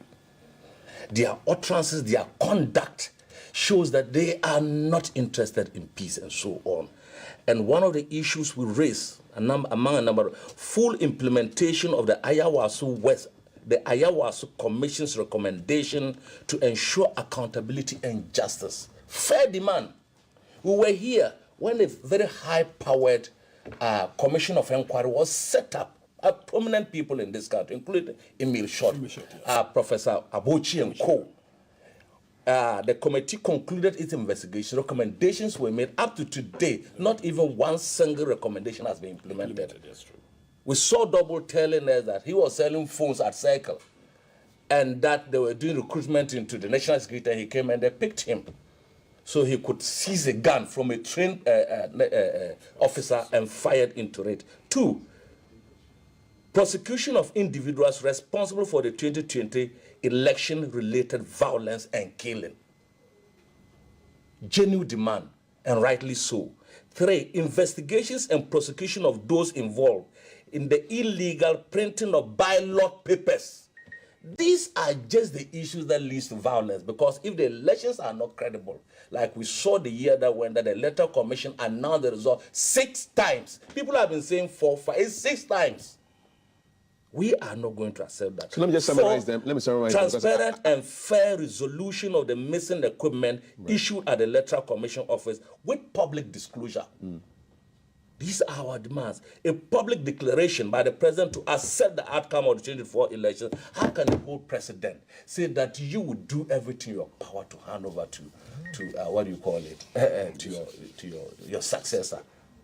Power rests with the people, and the people determine whom they have to give their power to. It has not lied in either a president or any of us to say whom we should vote for and so on. So such declarations are completely uncalled for. Right. Signatures from the President, Chief Justice, Attorney General, Inspector General of Police, and the Minister for National Security or the coordinator, so that they become part of it and swear to the people of this country they are going to uphold the outcome of the election, and no amount of manipulation, no amount of threat that can steal the power of the people when they do choose whosoever they want to choose to be their leader for the next 4 years. All right. So let us stick to these things. We know how violence, how elections have led to violence. Okay. Currently, the Bangladesh president took off. Yeah, You're aware of it. Yeah. The We don't want that to happen. the Sri Lanka president also took off, Yeah. including what is happening in Kenya and other countries within us. We should be a beacon of what? Of democracy and of peace within the sub-region. Okay. We should not be doing utterances That and will- our body language that will show that there's an inkling to subvert the will of the people. We're not going to take it. Mr. Attabuade, just reiterating the conditions that the NDC has outlined for signing a peace pact ahead of the 2024 elections, insisting that the key officials, including the President, IGP, Chief Justice, National Security Coordinator, and Attorney General, must sign the pact. They are refusing to let bygones be bygones and demand that the President publicly commit to respecting the 2024 election outcome, requiring full implementation of recommendations from the Ayawaso West Wuogon by-election violence investigation before participating in any peace agreement, calling for the prosecution of individuals responsible for violence during the 2020 elections, and additionally demanding an investigation into the missing IT equipment from the Electoral Commission's warehouse. You're watching GTV Breakfast. My name is Kafui Day. My guests, Mr. Timothy Attabuade and Mr. Henry Asante. This is GTV Breakfast.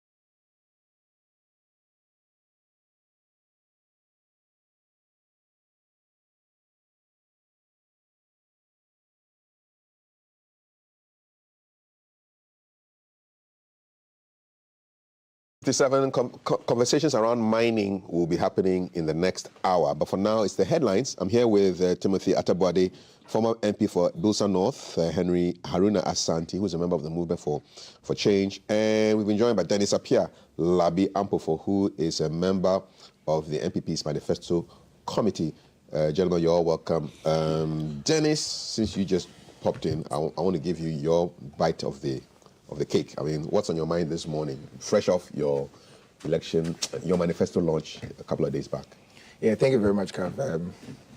I think that what is essential is the understanding that you have for what you want to do for the people of Ghana. I have said that what distinguishes or what sets apart Dr. Mahmoud Bawumia is his commitment and understanding of what he wants to do for the good people of Ghana. At no point in time has Dr. Mahmoud Bawumia said he scored 100%. No, he's not. But he's demonstrated a clear commitment towards what he hopes and wants to achieve for this country in all aspects and in all respects of what has been his vision over the last couple of months, or he's been communicating since 7th February till Takrady. He's been clear, unambiguous, and very straightforward with what he believes he wants to do for the good people of this country. So I, myself, and every other person who's worked on the manifesto, his vision, who supported him in crafting whatever he presented on Sunday, we were clear in our mind that he has a deep understanding of what he wants to do, right from education to the economy, the private sector, the health sector, the mining, every aspect of it, he has a clear understanding. And this is a man who's been around the table, who's been on the table, who has identified what he believes can be a paradigm shift, the direction towards our future, and says that I'm committing to this. And mind you, this is the same person who takes responsibility, a huge responsibility, as part of what has happened, the successes and the flaws of our government. Has he said it anywhere? Yeah, yes, on Sunday he said it. What did he say? On Sunday he was clear the fact that he believes that there are certain things we have not got right as an economy. Like? He mentioned inflation. He mentioned, didn't he? So, I mean, whoever listened realized that he spent about 30 to 45 minutes.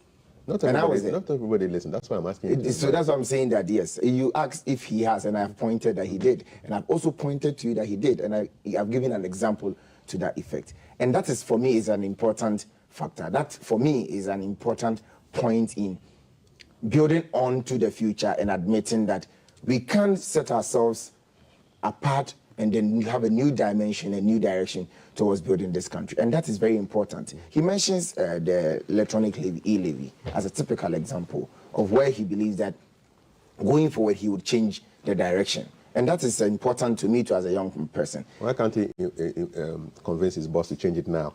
I think that, first of all, that is... So they were on the ticket for 2016 and 2020.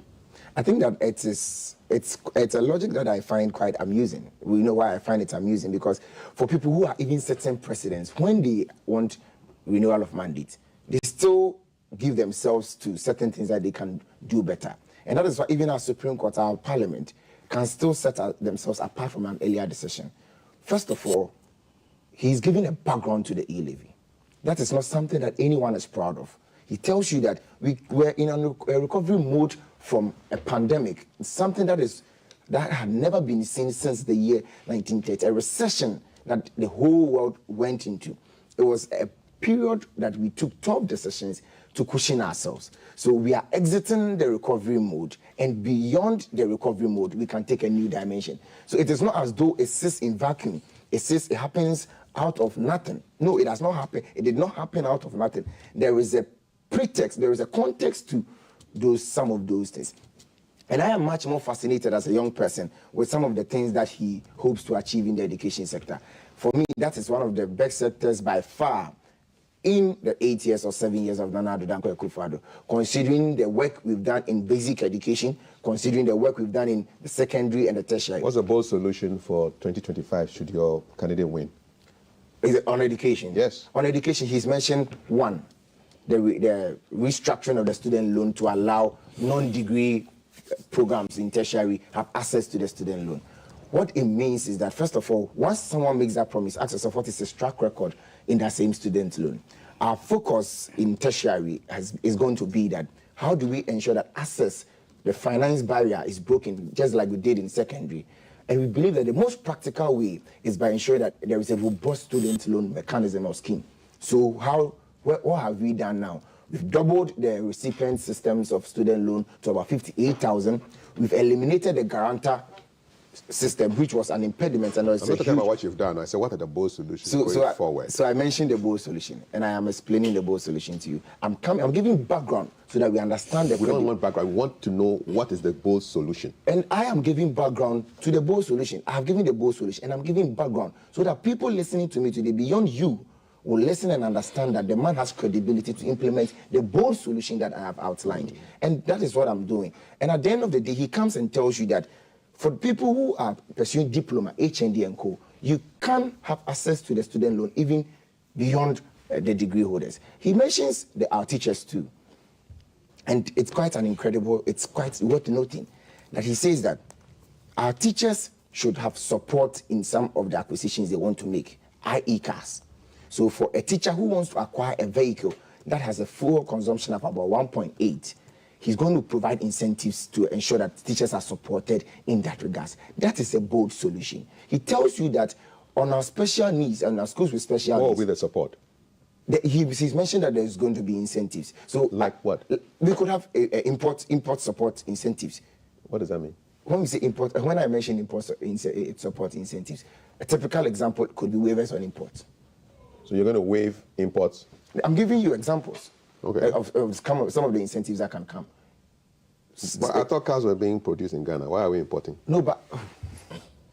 So if you listen to him very well, he did not restrict himself to what car you are buying, whether it's in Ghana or not. So he mentioned incentives. So if in Ghana, it could be taken away of VAT or a certain tax element. So if you're a teacher, you won't pay VAT? It could be possible. It's an incentive. Okay. You get my point. So once he's mentioning incentives, he gives you an array of incentives, and you've asked me, what are some of them? I've given you, if it's a locally assembled car, some of the tax elements could be taken out of it. If it's an imported vehicle, some of the import duties could be taken out of it. In context, in understanding, what he's trying to tell you is that our teachers deserve support, and that is what he's focused on. I mentioned so they shouldn't pay taxes because they're buying cars. No. Far away from that. Then maybe you took me out of context. Same way we give some businesses tax waivers, including what we've given to Kantanka, 10 years tax waiver. They are business. Does that mean that because we want to support them, they are business, they should not pay tax? No, but there is a reasoning behind that. There is a reasoning behind why we say that students should go to secondary school for free. So it is one logic that whoever would want to be against the teachers' support or incentives will think that because they are teachers and they want to buy cars, we should not support them. I believe that there is a reasoning, and the reasoning is that they belong... So if a teacher buys a Kantanka car, which is already benefiting from 10 years tax, then what is the benefit to the teacher? So the essence of buying a car or the essence of providing incentives does not only dwell on tax. I'm only telling you what you are telling me. I cited one. But you built it and made it look like it's the only thing that is possible. I'm not building anything. Okay. I'm only asking you questions. That's fine. So I'm saying that it is possible that tax would be taken off and subsidies could be given. Isn't it possible? I don't know. I'm not in your committee. No, so I'm giving it. So it is possible that he could have eliminated the tax, and that's another incentive. Subsidies could also be another incentive. At the end of the day, what he's achieved is by supporting the teacher, the ordinary teacher, in the classroom to acquire something that is important to the teacher in the discharge of their duties. I mentioned the recruitment of 1,000 special teachers with special needs. That is also another bold solution. Dr. Mahmoud Bawumia, whoever knows him personally knows his connection and his affinity to our colleagues with special needs. And he's saying that we need to take pragmatic measures towards that. So why don't we ensure that we have enough teachers specially trained for the purpose and fit for the purpose of handling our young people with special needs? Okay. He tells you about the professional development of our students or our teachers in the lower or the basic schools. He tells you that we need to restructure how we train or retrain especially our management and the heads of teachers in our basic schools. We need to have a tailor-made support system for building the capacity of teachers in basic schools or managers in basic schools. Okay. What that means is that they are a special or a sensitive area of our educational sector, and they will need that. So how many of them are going to benefit from this? It is possible that everyone will have to can benefit out of it. Are you looking at numbers? I mean, do you know how many special needs teachers there are in Ghana? No, I can't give you the exact special needs, but I can give you But you're making a promise for them. No, so I'm coming. I can give you the exact the exact number he hopes to recruit. He's mentioned it, and he says 1,000, a minimum of 1,000. But how many do we have now? I can't have that off head. Definitely, I can give you an exact number. You're on the committee. But I'm not the minister. But you're on the education Yes, committee. so I am concerned with what we can do, right? But you don't know how many you have now. I didn't say I don't know. I mean, it's just like telling you that Kafi, tell me how many workers GTV has, and I expect that you know that automatically, exact number. You don't know how many special needs teachers I don't know now, but you know you'll be recruiting thousands. Yes. Okay. And that's why I'm asking you that it is also akin to telling me that Kafu, you're a staff at GTV. Tell us how many staff GTV has. So let's put that one on the side and focus on what I've said. I've said that he hopes to recruit thousands of teachers with special needs, and that is a clear, unambiguous, and practical vision that the man holds. As to whoever thinks it's not possible, or whichever way we want to double it, Why are you sounding so defensive? Just asking. Because that's my job. Yeah, you're defending very defensive. Nobody's attacking you. We just want to educate people here on this platform. This is GTV. No, Kafu, you're telling me I'm being defensive. But I was sent here to defend a legacy that I've been part of. Yeah. So I'm asking questions and you're not giving me answers. Which one? Yeah, I asked you if you know the number of staff GTV has. You can't give me that. If you look at my show run, I am the host. You are the guest. Okay, so you are here to defend. No, so and I'm here to ask that's what I'm questions. trying to tell you, that it's just like there are some questions you ask, and if you expect that I have a computerized memory of producing some answers, I think that the substance of the matter is what the teachers we're going to employ is going to do on the table. And that is what my commitment is to. As to the exact number, and I've been frank and told you that I can't give you an exact number on it. All right. Yes. But can I get the number if you Of course, it shouldn't be a problem. All right. It shouldn't be a problem. That's, All right. there's an HR database that should be able to support us with the number. And that is the most important reason why RTI is in play. Okay. We will be talking about remittances fetching $2.8 billion in 10 years because that's quite an interesting number that I'm really interested in. So Dr. Richmond Etuahini has indicated that Ghana's economic lifeline flows from the millions of Ghanaians living abroad who sent in 28 billion in remittances over the last 10 years, surpassing the country's earnings from the export of gold, cocoa, and oil. Mr. Asante, how does that make you feel? Yeah, Kafi, it's quite mind-boggling, let's put it that way, that if such amount of money are coming from our people in diaspora, naturally, the country shouldn't be at where we are as today, as of now. Clearly, I was trying to look at even how much gold and other minerals we have in this country has been fetching us. Luckily enough, I think somewhere in 2007 or 2008, we discovered the oil, all right? How much even are we getting from the oil fund? We just have, I think we have 10% as a nation from the oil fund. And how much is accrued from such? It's quite an interesting question. And if what you telling me or what we are reading is anything to go by, not long ago, I think there was a bit of controversy between the Bank of Ghana's inflow. I don't know if I'm right, as against this issue. I think this thing needs to be clarified. Because $28 billion over 10 years. Over 10 years. It's not a small amount It's of a big money, amount. especially with an African economy.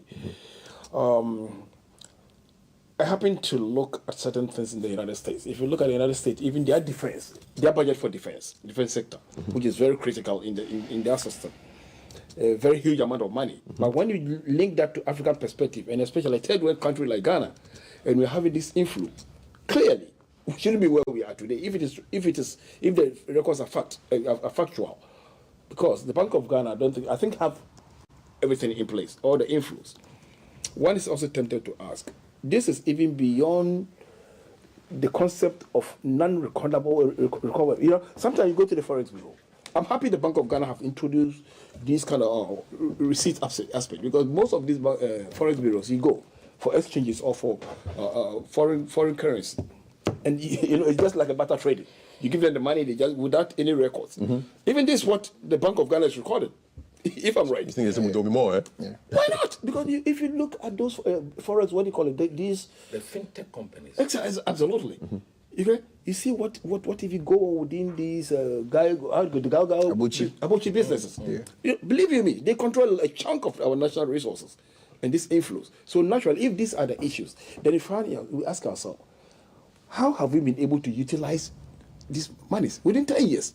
If you do the equations within 10 years, and annually, you're going to get about around 2.8 billion a year. Okay.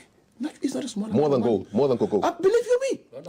Believe you me. No environmental damage. Absolutely. Since the British, started mining in this country, that was somewhere around 1874 or thereabout. I don't think even this money has even accrued into our system. Yet we are still struggling. So you ask yourself, out of these 10 years, we're talking about a government that has been in power for the past 8 years. For the last 10 years, if I'm right, if what you are saying. So clearly, you see that there has been a government who has benefited for this in this way the past 8 years or less, between 7 and 8 years. Well, the remittances don't benefit government; it goes straight to families. Yeah, but you see, hold on. It passes through a channel, isn't it? You can't just go and take the money without passing through a certain channel. And the government has these components within there, and those money that come in are spent in the country here. Unless you are telling me we equally do such export in terms of money is going out. How much of our money go out? That's another critical point. I happened to be in South Africa, and that day I had a shock of my life. I got there, I thought this environment or the system is just like we do here. I wanted the rand. I had the dollar, I wanted the rand.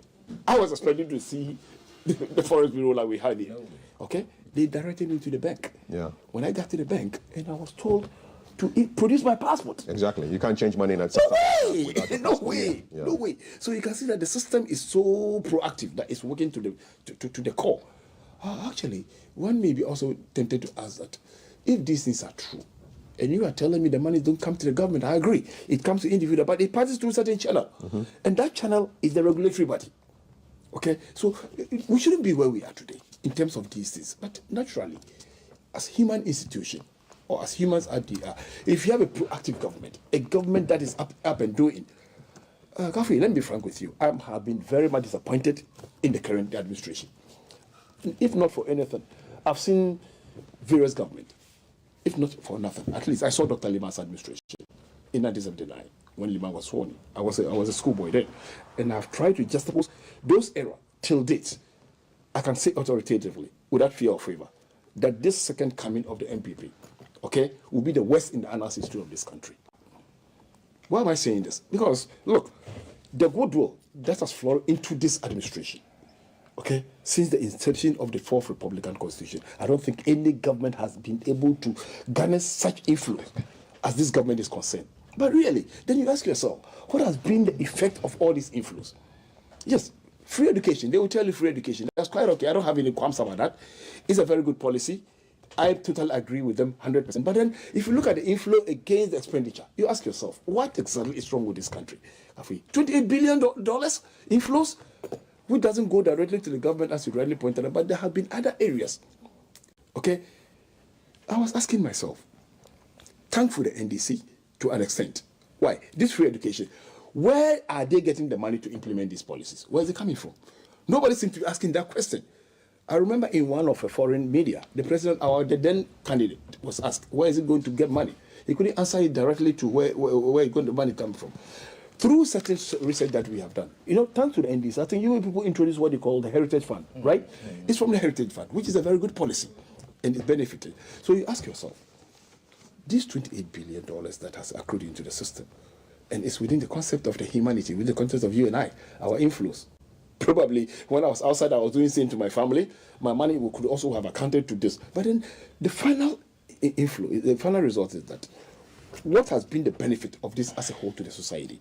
The government must be held responsible for what we found ourselves. All right, Mr. Atabwade, just before we get Dr. Richmond Echiahini on the line, Mr. Atabwade, what's your feeling on this? I mean, $28 billion over 10 years, remittances more than gold and cocoa.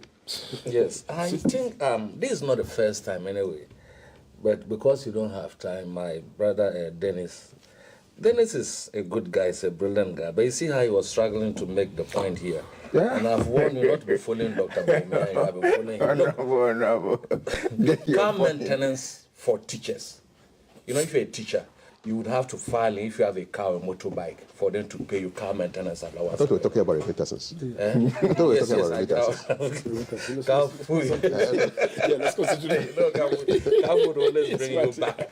So they will leave it at another time, we'll debate it. But the maintenance, what do you call it? The remittances, yeah.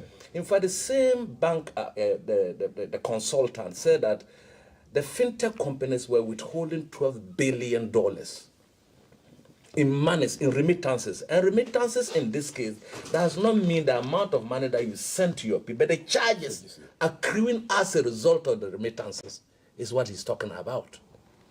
I stand to be corrected. But the remittances, for instance, if I send $100 to him, charges are always taken through the remittance channel and so on. I think that is what is accruing. If you look at the colossal amount, like my brother analyzed this morning, we do not need to even go for a loan.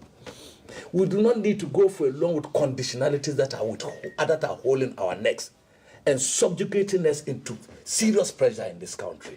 If these monies are judicially used to ensure that we develop our country by the provision of infrastructure that can pay for itself. If we use this money to do infrastructure that can pay for itself, it means that we are investing. And this money can be a source of revenue to the country and so on. Look at our roads. Look at our health infrastructure. Good things to look at. Please pause for me. Let me speak to the banking consultant who released this information. And then you let him explain. Yes. So Dr. Richmond Ituahine is a banking consultant, and he has been talking about remittances at the Graphic Business Stanbic Bank breakfast meeting. Dr. Ituahine, good morning. And I'm scratching my head. How come our people abroad are sending in more money over the last 10 years than cocoa and gold? Hello. Hello, Dr. Ituahine, can you hear me? I can hear you. You are welcome to GTV Breakfast. You have described remittances as super gold. What do you mean? The line, Mr. The line is breaking. Can you hear me? Yeah, the line is breaking. I can hear you. Okay, can you hear me now? Yeah, I can. Yes, so I'm just bouncing off your contribution at the Graphic Business Stanbic Bank breakfast meeting. You hear me? Yeah, I hear you now. I can hear you. Yes. Why do you describe remittances as super gold? Well, thank you very much, and for the opportunity to explain the super gold. You know, consistently, over 10 years period, the remittances has, or the revenue chart, it's super, it's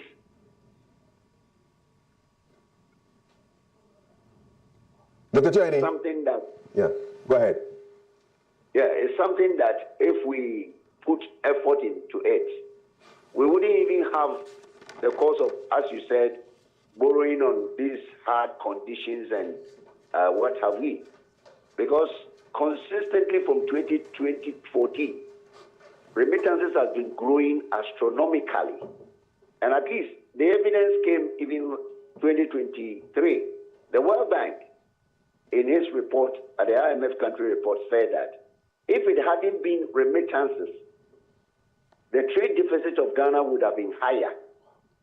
Fortunately, we recorded a higher amount, but it's not as close as one would expect it. At least 2.8 billion. It was bigger than cocoa. Cocoa was 1.3, and gold was just about 1.2 or 1.3 at thereabouts.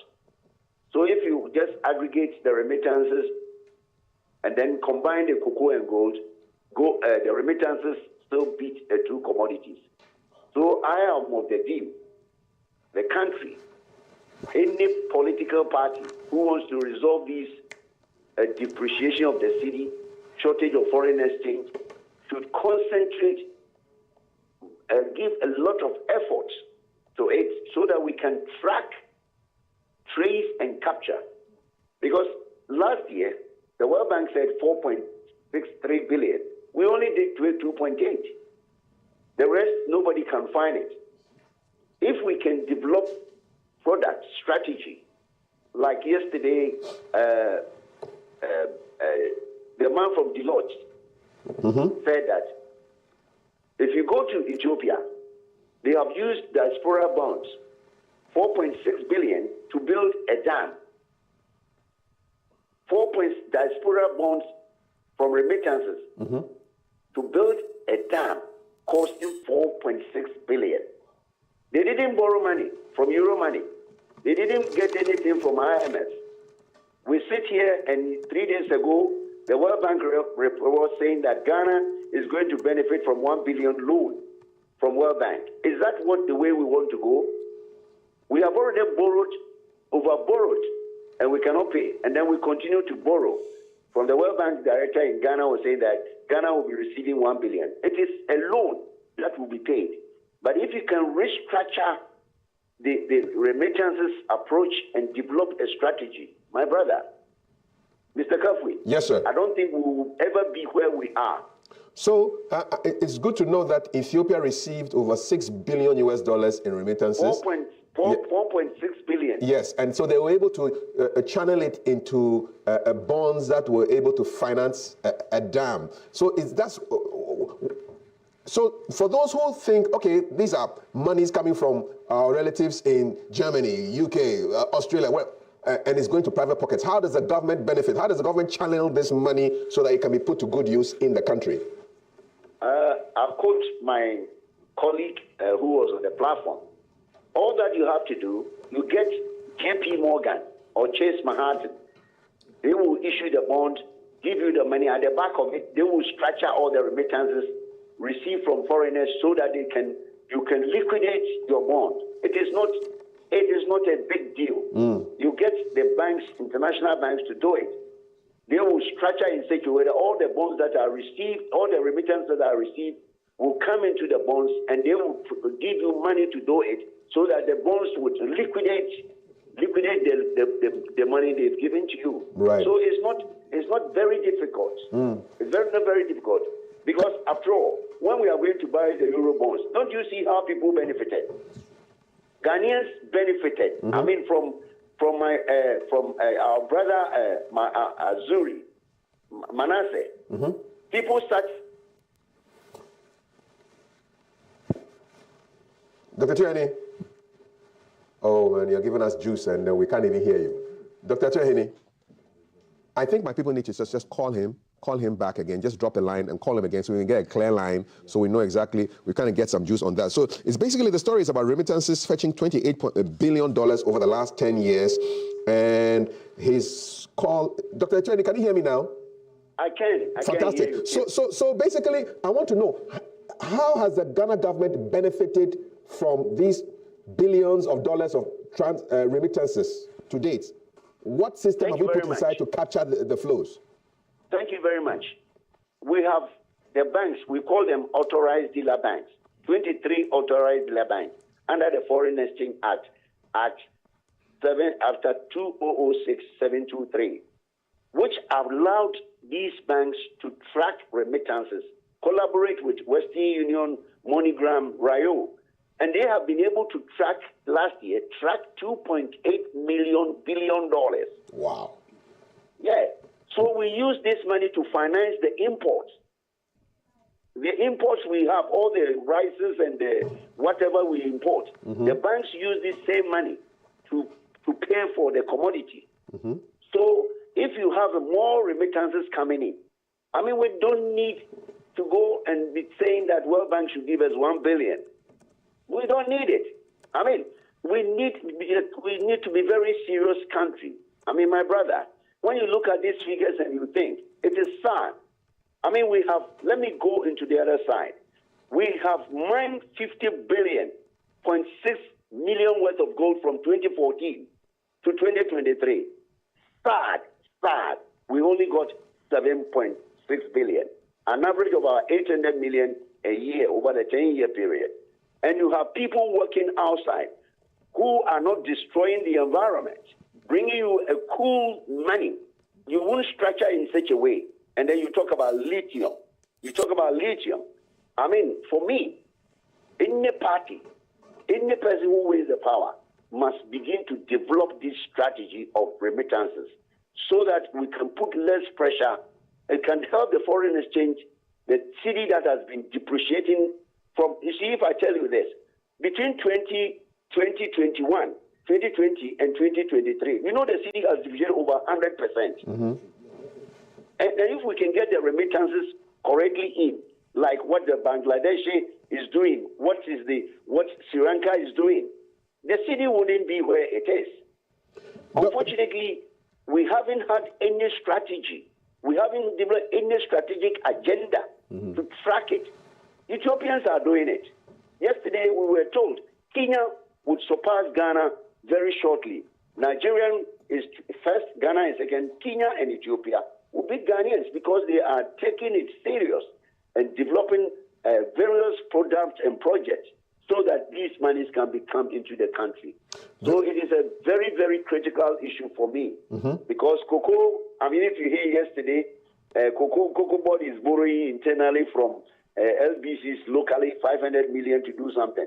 When you can just look at the remittances, I'm sure the half year 2024, which I haven't got the figures, will be bigger than even the 500 million the cocoa board chief executive is going to syndicate. We must be serious. I thank you for giving me this platform. Kafi, I thank you because it hurts me. It hurts me like a bomb because something that we can use. And now we have even licensed other institutions who are not even bringing the money in. And when you ask them, they speak English. They speak English. Certain institutions have been licensed, which are not actually bringing the foreign exchange in. If they all bring the foreign exchange in, at least we'll be earning about 5 billion, apart from the World Bank. But you see, they go and license fintech, and these people are externalizing the dollar, and they're externalizing the money. And when you ask them, they speak English. Yesterday, somebody got up and was trying to defend the indefensible. And I find it quite incredible that Ghanaians can defend something which is not good. You see people defending it. And when you say Dr. Tuan is emotional about it, you sit there and you have licensed some people under fintech, and the money is, when I'm talking about externalization, they don't want to believe it. I have been in foreign exchange before. I've worked in international bank before I came to Ghana, and I know what I'm talking about. Dr. Tuahine, I admire your passion. What's your number one recommendation for harnessing these flows? You've talked about us getting serious. After getting serious, what is the number one thing we should do to make sure that we can channel this money into the right sources, and also the hidden remittance? Because the 2.8 is probably the official amount. There must be some unofficial monies floating around which may even rival the 2.8 that has been declared. Number one, thank you very much for this opportunity. In a paper published recently in the International Financial Journal, I made about 7 recommendations, and I'm going to run through it quickly. Yes, sir. Number one, the first thing on the list is that we made Ghana as a nation passed a law, the Payment and Services and System Act 2019, Act 987. We should go back and reframe it around the Foreign Exchange Act, which mandates every institution to submit the foreign exchange to the banks or Bank of Ghana. That is the first one. The second one, Ghana government and Bank of Ghana and Ministry of Finance should be up and doing. When I say up and doing, Bangladesh is tracking over 90%. And if World Bank says 4.6 billion, and you track only 2.8, you haven't done anything. So they should send people to Bangladesh and ask them, how do you track your remittances to enable you to, for them, theirs is big, 2 billion every month. So if we can go and model what the Bangladeshi and be able to even track 90% of the World Bank money, we're talking about over 4 billion. So that is the second one. The third one is that we should make sure that financial inclusion, we should bring all the rural banks at the end so that monies can be. I was told yesterday that I think in M-Pesa, in Tanzania and Kenya, they also do these things through phones. People get their money, but the foreign exchange come into the system. So I think we can also go and learn from the M-Pesa in Kenya.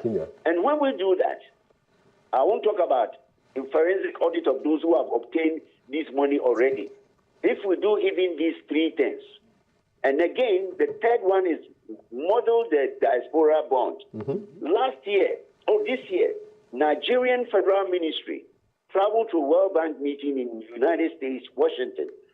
He's now going to develop the diaspora bonds so that Nigeria, which is the biggest recipient of remittances, you know that last year they received 20 billion. Yes. To shock you, it's only 2 billion that came through the remittances. And this is the model. This is the model Ghana copied from Nigeria.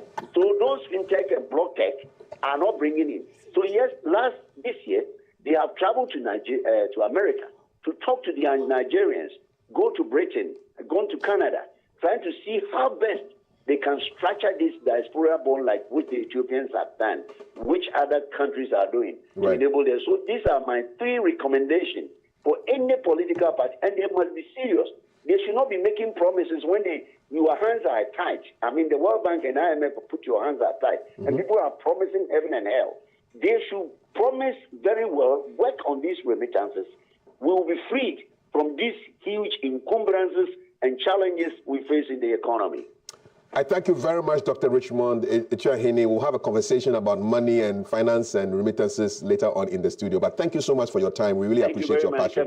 Thank you. God bless you. God bless you too. You're watching GTV Breakfast. And in case you're wondering who are the top of the league as far as financial remittances are concerned, India is at the top of the league.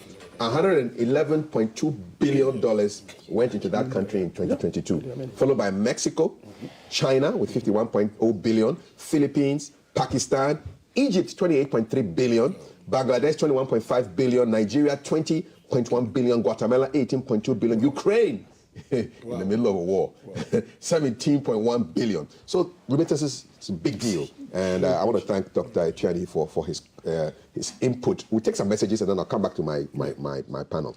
Val, greetings. Greetings, King Kaf. Yes. Okay, your messages are here. Good morning, Kafui. The NDC is doing great harm to the youth, of whom they launched their manifesto last week, if they don't sign the Peace Pact. Why didn't they use the same energy to compel JM not to stand out for this election? JM is the problem of the NDC and not the nation or institution. Thanks. This is Kingdom Glory. Emmanuel joined the conversation saying, learned politicians, they have all the words and have mastered the art of talking to get into power. The result is what we are seeing in the growth of our country. He has managed to promise and touch everyone in Ghana. But come next 4 years, the promise will be linked to Russia, Ukraine war, Israel-Gaza war. This is Let me just get some responses on that. A lot of promises. They say you are making so many promises. You've mastered the art of talking and you're just talking. So what you do is you benchmark our promises in 2016 as against our work now. Okay. And then you do a holistic analysis. And we have said that we have completed about 80% of our manifesto promises in 2016. Peace Pact issues. They said NDC, JM is the why are you being so belligerent? Once beaten, twice shy. Who beat you? Who beat you? The elections beat us. We don't want to go into that elections where the Electoral Commission will be announcing results 6 times instead, because the Constitution asks the chairperson of the return officer for the presidential to announce it once. So we don't want to go there. Okay. But you see, the promise we are talking about, they receive 1.1 trillion Ghana cedis as revenue. If we match that with what has come in as a benefit to the people of this country, you see that it's a token. Wow, next message. Okay, Rob Sam says, good morning, please. I'm watching you live from Suaman Dadieso, Western North Region. This MPP government has nothing to offer teachers. I completed the university 3 years ago and yet still have not been employed. Dennis, what do you say to somebody like that? I think that for whoever, a bold solution? Whoever has completed school 3 years ago and has not been employed, then there's a special case. I can confidently tell that is a special case. There's something. No, I'm serious. Then there's something wrong somewhere because they were recruited. A portal was open, they were recruited. But some of these challenges, it could be there is an issue with his graduation or his completion. There are some issues that are outlined. It should be a special. For 3 years, then it's a special case. More messages. Okay. Good morning, CAF. Please ask the MPP man these questions for me. 1, where is the Palugu Dam after all payments have been made? 1, Palugu. Where is Palugu Dam? I thought he was... No, we go. So let's take one by one. So first of all, our commitment to the Palugu Dam is never off the table. We've admitted that we've encountered challenges in the rolling out or the building of the Palugu Dam. But there is a clear indication that we've taken steps towards it. This is a promise. It's something that we said that we will do. We started it. We couldn't finish it. Our hope is that in the next coming. You started the dam? Yeah, to what level? That is why I said we've not finished, but we are at least, if not for anything. If I ask my carpenter, you started the door. He says, and he tells you he's gone. I said, where have you reached? He said, oh, I've done this. Where have you reached with the polygon? That's what I'm saying. That if you ask your carpenter same question, he tells you that I've gone for the woods. I've started cutting. Is that not? Hasn't he started? So what have you done with polygon? We've started site clearing. Our opposition went there. No. The opposition party went there, and they saw contractors on site. Asking for help. No. I'm just referring to. I'm referring to. Let him answer his question. I'm just referring to his team at Parliament. Okay. And they went there, right. and contractor is on site. Okay. What the concern has been is that we've not been able to complete it, and that we admit that. When will it be completed? Dr. Mahmoud Bami has laid a very clear commitment to it. If he wins the election. Yes. Okay. Next one. Next question. Two, why we barter gold for oil from an oil-producing country just like Ghana, while our refinery is just wasting away? Why can't we refine the oil we produce in Ghana? I think that first of all, we have an issue with oil, a perennial issue with oil that we've tried to deal with. That is one. Two, on the Have issue, you fixed it? we are working on it. It's not totally fixed, but we are working on it. It's like Palugu. Well, you could want to call it like Palugu. It's just like a work in progress, like we all are. Now, come to the issue of why we barter gold for oil. It's an innovative way of protecting our cedi from depreciation. So we say that if not for anything, we have an abundance of our gold resources. We buckle our dollar and go and use that to buy the oil. It does that. It puts a strain on our reserves, our dollar reserves. So why don't we use what we have to get what we want and ensure that our cedi is stabilized? And that is what we are doing on that. Third question, after losing the interest on bonds, people are losing huge percentages on their investment principals too. I want to know where these monies go. This is from Joey in I think that if there is anything that the finance minister spoke about, that was quite touching the last time he spoke, was the impact of the bondholders and the DDP. I am personally also worried about the kind of impact that's had on. Where is the money going? Answer the question. So I'm on the floor. Yeah, we're not worried about your. No, so but at least the best his issue is that at least the where is the best. money going? If you ask me a question, answer the question. No, if you ask me a question and I'm answering and you don't allow me, then at the end of the day, you're losing money is not part of the issue. No, I didn't say I'm losing money. I was giving a premise. So it is a part of a restructuring of the economy that we put ourselves into. The money is not going anywhere. The money is in the country, it's in the economy. It is part of how we are restructuring and ensuring that we're able to survive the recovery mode of the country. When will they get their money? But there is a structure for all the bonds we've issued. Everyone has a revised timeline. Next question. Shalom Kaf, no awakened teacher will fall for the Vice President's manifesto promises. CTAC just called off their strike. If teachers can't death, at least they can see the tomb. Frank the Jew. Okay. Hello, Kafui. Thanks for the good work. Dennis is a good defender, but tell him he can't defend the indefensible. Ghanaians are becoming wiser and mindful of our political leaders now. Good morning, Elo. It's Ni Yemo from La. Hi, Kaf. You hear what Dr. Chianihi was saying. Our problem in Ghana is leadership. We need leaders who care for the country. Ghana has no leaders who care for the country. We need to be serious, Kaf. What she's saying. So Mr. Asante, how did Mr. Chamantin deal with the money issues? Clearly, if you look at the GDP, the concept of the GDP, how this we don't basically believe in manifestos. Okay, the difference between manifesto and a policy direction. Our GDP straightly talk about how to go about this transformational plan. Absolutely, that's a GDP, and you realize that what is intriguing and what is funny is that after we launched that document. If you just suppose as what the MPP have said, clearly you can see a sort of we call it a Photoshop from our concept. The Photoshop your GDP. That is the way we see issues because we need the first. Hold on. Let me be very clear with you. If you look at page 6 of the concept of the economic indicators as it's being indicated here, he has clearly shown how to go about with these forex indicators. You've been in power for 7 years now, okay, and you should have known better. Bawumia was in charge of our economic management, isn't it? Now you have sat down, be part and parcel of this mess. You know what sometimes triggers me is the fact that when they come and talk about they're going to stabilize the city, you're going to stabilize the city. You took it from a certain sector. Now it got into this level, about 16 cedis to $1, and you are talking of not reversing, but rather stabilizing it. Stabilizing at what level? And the GDP has clearly stated that if we are very prudent, We are very prudent with our economic management.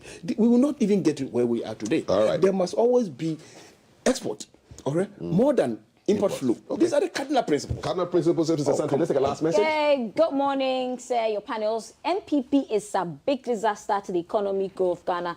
They borrowed in their 8 years period more than any other government in the history of Ghana, yet nothing to show, and Ghanaians are living in a serious hardship now. Meanwhile, they implemented every tax one can think of.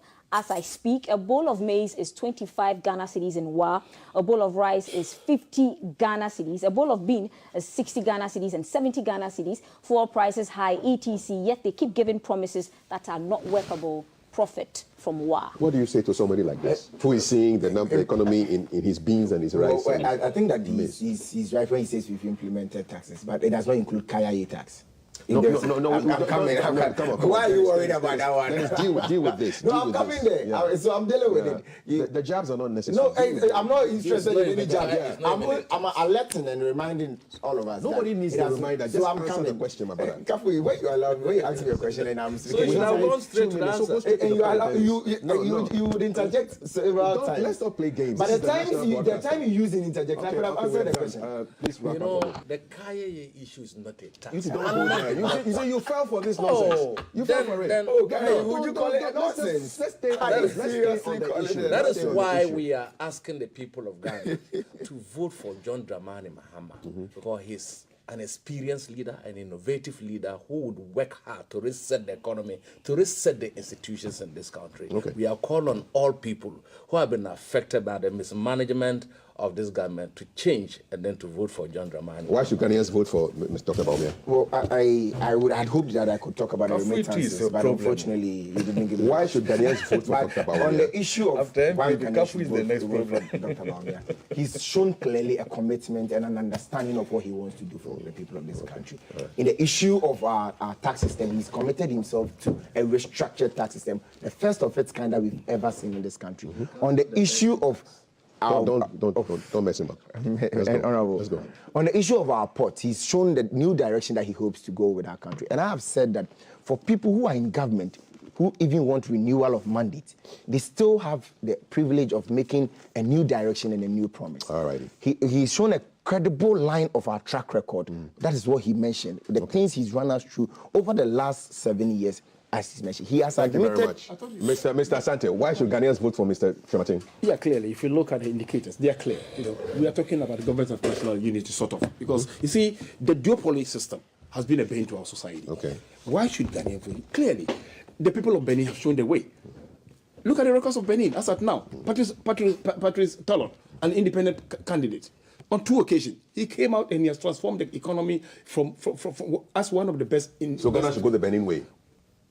If President George Washington in the United States came as an independent, why not? Okay, all right. We are going to GTV. We are out. Dennis, Mr. Henry, Timothy, thank you very much. This conversation on mining coming up in a short while, and climate change as well. This is GTV Breakfast. Keep them coming in. We love you. God bless.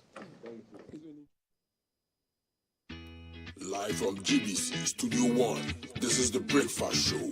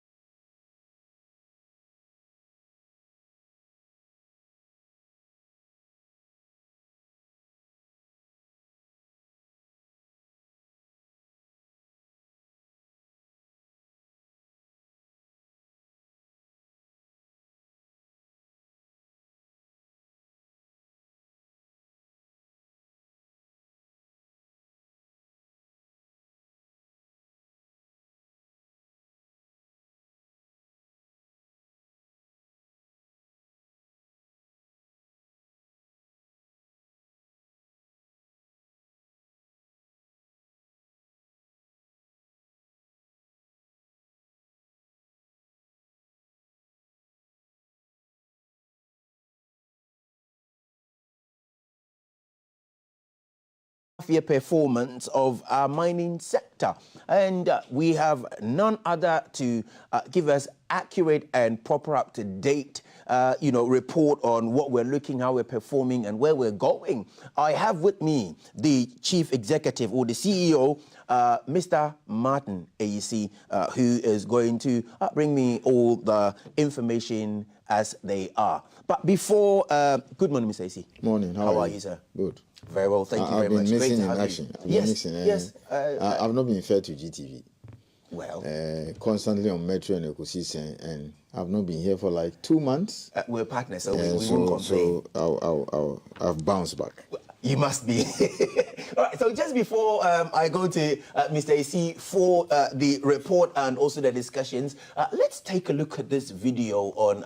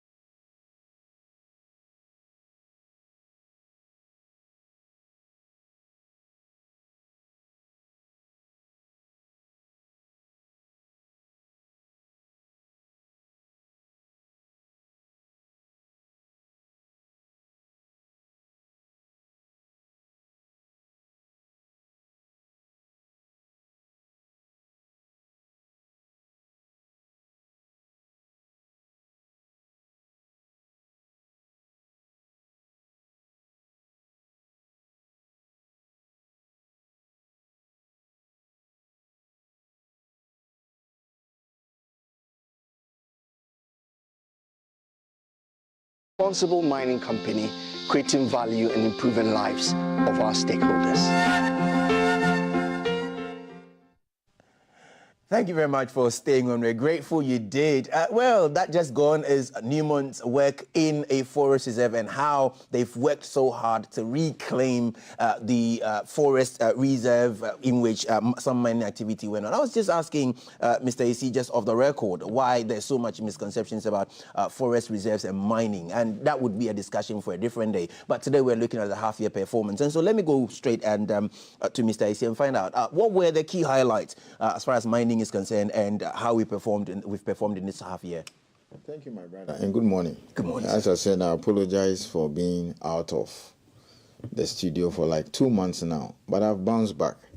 Maybe before we start discussing the half-year performance, I need to touch on 2 quick things. Sure. So the video you saw, I mean, it's quite a huge whatever. I'll play them practically almost every week before we start the show. Okay. So what you see there, or what we just saw, is a typical example of mining that has taken place in a forest reserve. This is Newmont, and I'm happy you've muted it and then the video can roll. Yeah. So this is their concession, the one in Achim. Okay. Part of it is in a forest reserve. Very soon they'll go underground. And that whole area, that forest you are seeing is reclaimed. Wow, so Yes. they actually took it down. And... So for example, this was mined and it's been reclaimed. Oh, wow. Yeah, so I'm trying to organize the Parliamentary Committee on Lands and Forestry. Okay. And then that of the journalists and some of the CSOs. Because you see, you can't have access to this place unless Minerals Commission Controlled, yeah. or the Forestry Commission or the mining companies permit you, so that we'll go and see. Fortunately, because we are in the digital world now, we have videos and pictures of before and after. How the situation was. And then the years of mining. They started mining in 2013. That's about 11 years now. They still have some years to go. And then part of the concession, as I said, is in a forest reserve. So the Agenda Bepo Forest Reserve. Agenda Bepo? Yes. Agenda Bepo Forest Reserve. And they mined it, and what you see is not the forest that I'm showing you now, but forest that has been created out of reclamation. So what was before this was the natural space? So just take a look at it. You see, so this is a pit. Right. It's a typical mining pit, open pit or open cast. So that's the former Deputy Minister of Lands and Natural Resources, Honorable Benito, and then some of the staff of the mining companies. Maybe next week I'll spend about 30 minutes more on the videos. Right. We'll take it from, so that is it. All these areas have been reclaimed. And you mentioned that they're going to move underground. Does that mean that this activity was on the surface? Yes, you know, part of the concession is open pit, and then part is also underground. You see that even if you go to the Ahafo area, it's both open pit and underground. So people should not get scared, what do you call it, about these kind of things. It can be done right, and that's a typical example of a successfully reclaimed forest reserve. So that's the myth we've just busted. Oh, yes. It's not all doom and gloom. Oh, well, this is just the beginning. I have a lot of videos to show. And sometimes we have to take you guys there so that you go and look at it. I'm so tempted to ask that same question I asked off the record before we come into the key highlights once again. Is it due to lack of information, or people are just being deliberate about misinformation? So maybe 2-3 things. One, lack of information. Okay. Because yourself, you tell you what is happening. It's lack of information. Right. And then even the CSOs who are against mining forest reserve, I don't think they've been to such places. Okay. Yes. So they're also not privy to the information. But let me also say that people may still have information and hold strong views. You understand? I mean, the other day I was saying somewhere that you can have instances where a child may be raped by some armed robbers or whatever, and then people may still insist that for my religious beliefs, the person should give birth, even though under such circumstances, for example, the law may allow, what do you call it? The law may allow abortion or that kind of thing. So that is the kind of thing we're talking about. Right. So if this is open pit, in other words, surface operations, yes, you can imagine if it's underground, where the original forest stays on the cover like that, and then you mine from the beneath. So it's a lot of things, a lot of work that we need to do. Wonderful. And I think public education like this will help a lot. Sure. Demystify. It's very important. Right. I was quite impressed when I saw this. When you saw it for the first time yourself, right? I will try and organize a group of journalists, civil society groups, and some people who raise concerns about mining and forest reserve to go and look at all these places. Wonderful. Yes. I'm sure that the quicker you make it, the better it'll be for especially those of us who share information, and so that we're able to run with the proper and right information. Now let's look at the key highlights for the performance of the first half of the year. All right, my brother, before I look at it's still mining. You know, before Kafi left the studio, he was talking to one, is it Dr. Etia? Okay, about yeah, these on the phone. Remittances. Yes. And then he made some comments which I think we need to correct. Okay. The remittances is a great thing. For instance, he said about $50 billion worth of gold or something was sold in the last 10 years, and then we got about 800 million. He's only looking at one side of the picture. Okay. You see, we have receipts that go to government directly. We are discussing mining, so let me correct that. Yeah. We have receipts that goes to government directly, like royalties, which is held through MIF, corporate income tax, pay as you earn. Yeah. And then the various taxes that are, levied or imposed on whatever transactions. Right. Okay, that is there. Yeah. And I'm sure that's what he's talking about. But you see, there are other things that he may not be privy to, or I believe he was only looking at revenue or receipts, and that's it. And I think he got it all wrong. So, for instance, last year, right, the mining companies returned $4.2 billion to this country. Just last year, 2023, $4.2 billion to this country, the mining company, through the various commercial banks. Okay. Yes. I don't think receipts gave us this. You understand? So why do we report things this way? The likes of him also require information. I like this remittances thing. It's a great thing.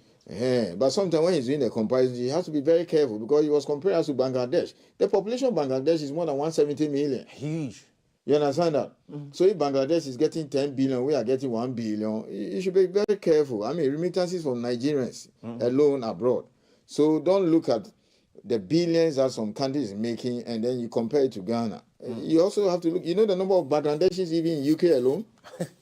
You understand that? So it's a big thing. We love that. The remittances are helping. Yes. But that's how our brothers and sisters out there keep the system running. But doesn't that also go? No, into but you see, individual but he has not pockets? got information on some other areas of money. Because if he comes to say that all that the government got is 800 million, and that's what we get from mining, he's misleading the public. Because I can tell you that just last year, $1 billion was spent on contract mining.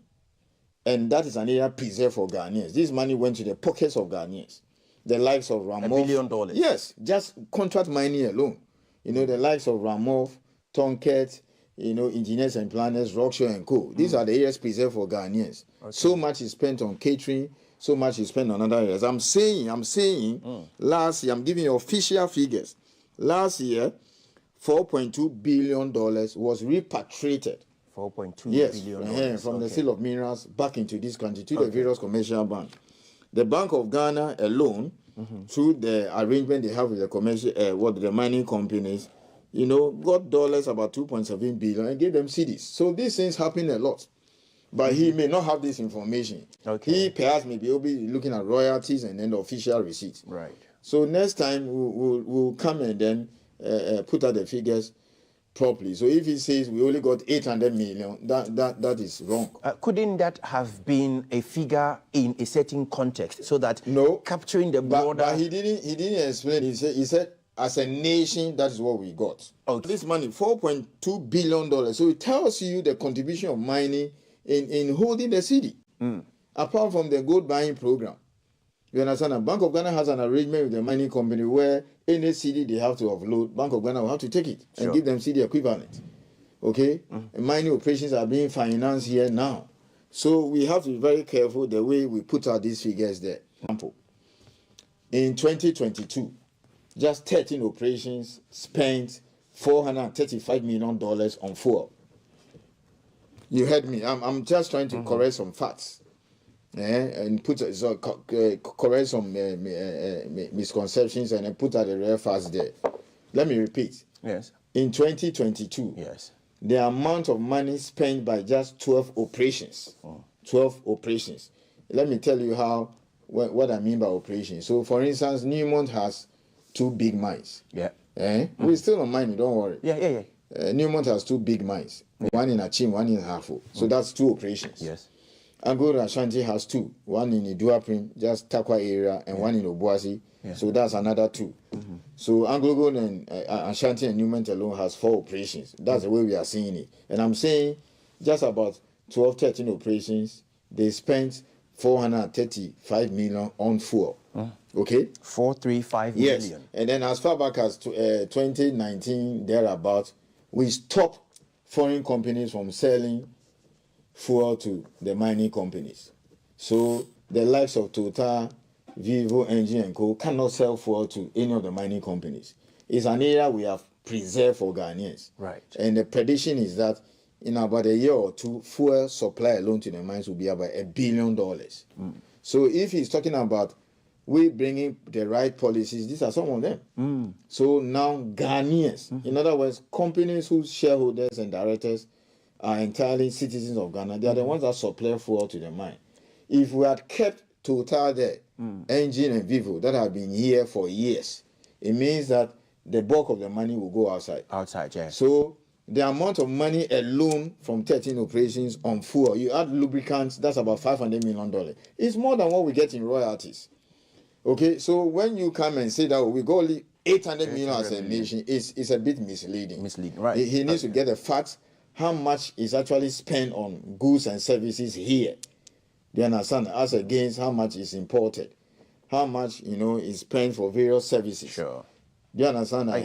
Then we can have a debate. But I'm saying last year alone, 4.2 billion of the money came back from the mining companies to the various commercial banks. And it went through the system. You know the impact of that on the city? Because your entire export last year, the entire export of Ghana last year, according to the Bank of Ghana, is 13.6 billion. The entire export, everything that left this country is $13.6 billion. Okay? Yes. And at least a third of that came from mining by way of receipts coming back to the various commercial banks. So it's important they check their facts properly before they go and stand somewhere and say, oh, we sold gold so much in billions and the state only got this. So little You are misleading the public. Okay. Because the amount that goes into the pockets of Ghanaians alone is mind-blowing. We'll discuss more of that. Sure. But it's a good debate. Okay. So half year, let's go to the table. Sure. Yes. So we have this table indicate. Yes. Sure. So when I say half year, that is from 1st January to 30th June. Okay. And that's large scale and small scale. So in terms of production, small scale gave us about a little over 1 million ounces. And then large scale did 1.3. You can see the figures there. Yeah. Receipts from small scale, almost $1.8 billion. The money stays here anyway. And then large scale is about 3.2. So you heard the Bank of Ghana saying that half year alone, we got $5 billion from the sale of about 9.2 billion. Everything that left this country year. Yeah. You see? So it means that things are picking up. If the whole of last year, your total receipt was 13.6 billion, and just half year you've done about 9.2, it means that receipts are improving. Yeah. And I'm quite impressed with the figure from small scale. And if things continue like that, perhaps small scale may surpass large scale for the first time in our history. No, but what do you think is accounting for that performance on the part of small scale? Two things. The price has hit the roof. The gold price has gone up. It's too high. Just too high. So I'll give you, like this morning, it is trading a little above $2,500. Last year, apart from December, where the price was just around 2,000, and one other month, the average was 1,900. Right. And this year, beginning of this year, gold price has been more than 2,000. The average for the year was around, January was around 2030. Right. And now, 6 months on, you are talking about an additional roughly about $500 more. So I keep saying this, that people should invest in gold. Okay? People should invest in gold. So the various operators of Tier 3, Tier 4, and those who run all those schemes. I mean, my favorite example is SNIT. So even if SNIT has taken just $10 billion, $10 million, or even $1 million this January to buy gold. Gold, yes. And they are selling now, they are going to make an average of about maybe $450, $400 on an ounce. Okay. You understand? That's a lot of money. Because the other day they were saying they are stand to be corrected. They are paying more than what is coming in. And so it's a huge area for us to diversify. I think that's only one table. I brought about 4 of them. Yes, well, there's going to be another one put up shortly to give us some insight into the small scale performance. So I think he needs to show up to the tail end. Yes. So please scroll up a bit so that we see all the way to the bottom on the screen directly. Okay, Mr. Isi, use this one. Use the screen to your left. That's a bit far off, so maybe I have to use my phone to do the explanation.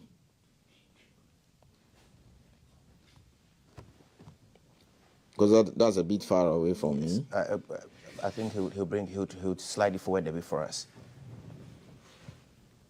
That's 2024 small scale performance, export values, and it's obviously in US dollar. I see a small scale period January all the way till December. So if you look at the period from January to July. January to July, yes. That's 7 months now.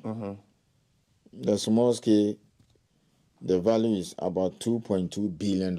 Okay. The whole of last year, small scale gave us about almost 2.2. 2.2, yeah, 2.1 something. So it's roughly about the 7 months figure is far higher than the entire figure for 2023. So if things continue this way, it means that by the end of the year, small scale may be hitting perhaps about 3.5, maybe 5 billion. Is it only about the international price of gold going up? No, 2 things. Accounting for it, or there may be other factors? 2 things. You cannot ignore the price. It's the highest on record. I mean, these are the highest in history. Right. That's number one. Right. Particularly if you look at the second quarter of this year, the average was a little over $2,300 an ounce. The other significant factor is increase in production. Okay. Because you now have small scale taking place in roughly about 12 regions or so. Yeah. Yes. So you have a lot of people getting involved. That's the other one. So the price, which is a key factor or key criterion. The second one is the increase in production. And then you can also not ignore the fact that in 2021, there was this 3% withholding tax. Okay. It was dropped to 1.5%. Okay. I heard the vice president the other day saying they'll drop it further to 1%. Right. So the sharp drop from 3% to 1.5%, we are beginning to see the impact now. Okay. Okay. Yes, but small gain still takes place. Right. Obviously, we cannot also discuss gold and not consider the role of safety measures in ensuring productivity or increasing productivity. What were some of the measures you put in place or initiatives you implemented to enhance safety? The first thing is this. A lot of mercury is used to recover the gold. Right. And if you've heard Professor Sam Penny, I think he's a pathologist at the university in Kumasi, Confanosia Teaching Hospital. I mean, the kind of picture he paints, it means that perhaps everybody will have to go and check his kidney or liver. The mercury is killing us. So one of the measures put in place by the government to ensure we stop using mercury is the introduction of mercury-free machine, which uses just water. The gold catcher. Yes, the gold catcher. So it crashes, mills, and then recovers the gold over 90% without using mercury. Right. So we brought in a lot, and we're giving it to the miners. Right. More we brought in. So eventually we phase the use of mercury because it's killing us. So that's one of the measures. The other one too is that we are helping them improve the way they do the mining. If you ask me, the most challenging thing about small-scale mining, what is driving this illegal mining conundrum, is the difficulty in getting a place for them to work. Okay. Yeah, so they resort to digging everywhere, kind of try and error, or they jump in the concessions of the large-scale people. I suppose there isn't much in terms of prospecting on the part of small-scale Yes, because the large-scale people do prospecting. Small-scale, they don't do it, so the state will have to take it upon itself to do it. It's been nearly 30 years of inaction. Oh yes. Wow. So we need to understand where the problem is coming from. Okay. As if you go back as far back as 1986, the first CEO of Minerals Commission is still alive. The board chair was Professor Kila Pasoya. Yeah. They recommended strongly that every year we should set aside some money and give it to Geological Survey to do what we call geological investigation of various areas we've designated as small-scale block-out areas. Okay, and to find the gold, and then we'll give it to the small-scale miners. We didn't take it seriously. Wow. So government after government, they say, oh, Guinea worm, we need to provide schools, etc. And then, back then, the activity was in just 5 regions. Ashanti, Central, Eastern, Western, and Upper East. About 50,000 people. Now you're talking about 3 million. In small-scale mining? Yes, in small-scale mining. I mean, the numbers, the livelihood of small-scale mining. And let me tell you, when we say 3 million people depend on small-scale mining, that's about 10% of the country's population. Let me explain the 3 million issue. Yeah. So you go to a typical small-scale site, you find those in the pit. Or if it's underground, because the small-scale people also go underground lawfully. And then we have the illegals. So you may have about 100 people working in the pit there. Those are directly employed. Now you go there, you see a lot of food joints. Okay? The women and even men who send all kinds of products there. They leave the community and come to the site, come and mount food joints and sell food. Yeah. That's their livelihood. Okay? People get up, clean their teeth, pick their bobo, he moves to the site, he's going to carry load. Load, yeah. By 5-6 p.m., he comes home with some 200 Ghana cedis or 300 Ghana cedis. Calculate that for the month. So when we are counting our 3 million, we count all these Not people. only the miners. Yeah, because you see, that woman who constantly comes to the site daily, her livelihood, that's her livelihood, that's her source of income. She's relying on the activities there. Yeah. Do you understand? Yeah. So when the mining stops, she's lost her job. Sure. Now, constantly, she's getting her supply from the farmer. She goes for the maize, for the banku, she goes for the cassava, she goes for all those foodstuffs. So you realize that when you collapse the small scale, the farmer who maybe months ago used to sell 10 sacks, now just 1 sack. So it's a whole chain, okay, right from the farm gate to even the person. Even there are persons who go to carry the foodstuffs from the farmer and comes to sell to the lady who will cook.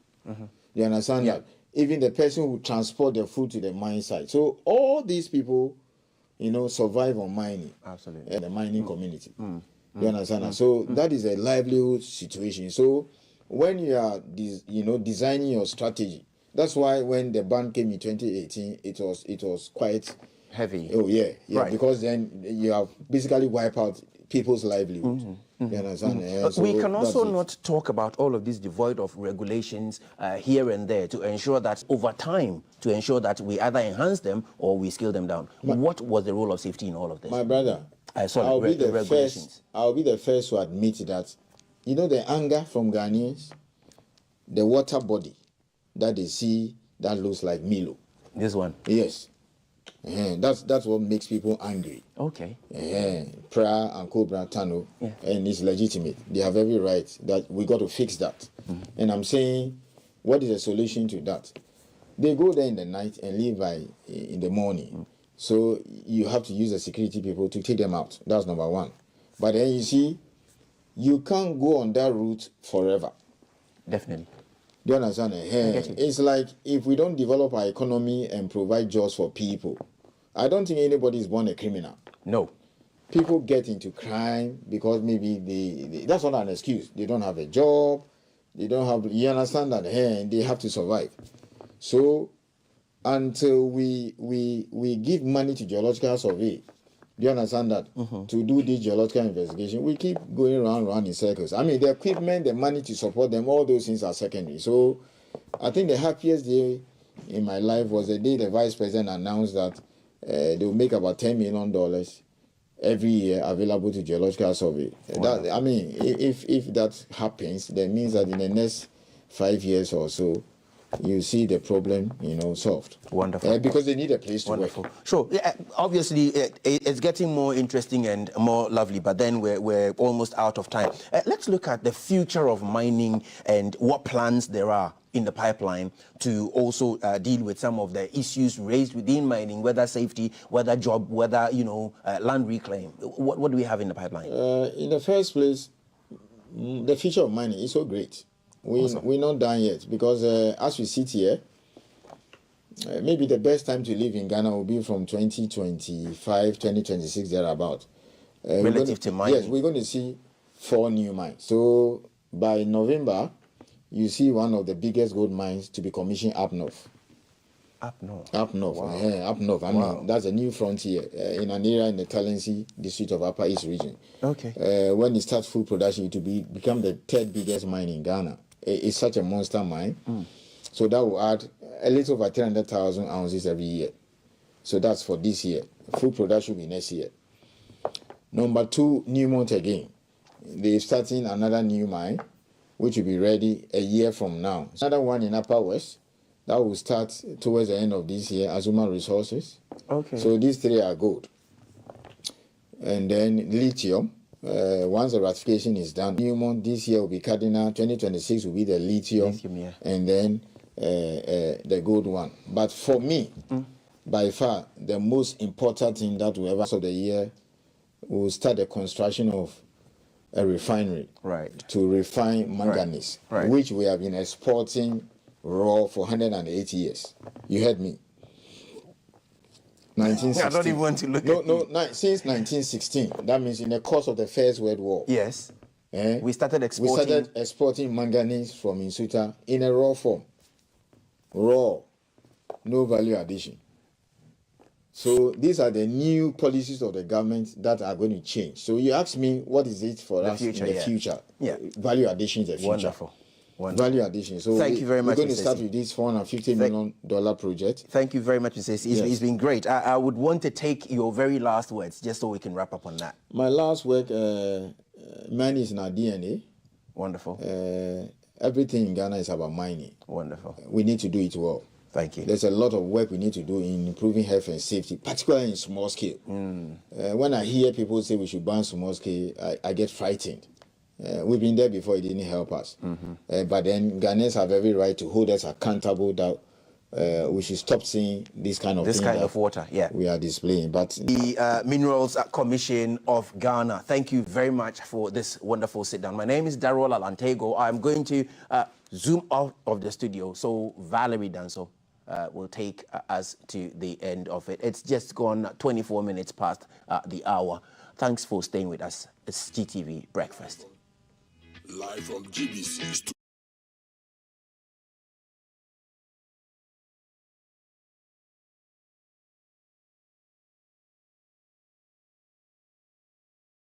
To you live from Red Clay Studios in Tamale. It is a multidisciplinary art studio that depicts a lot of things in very compelling ways.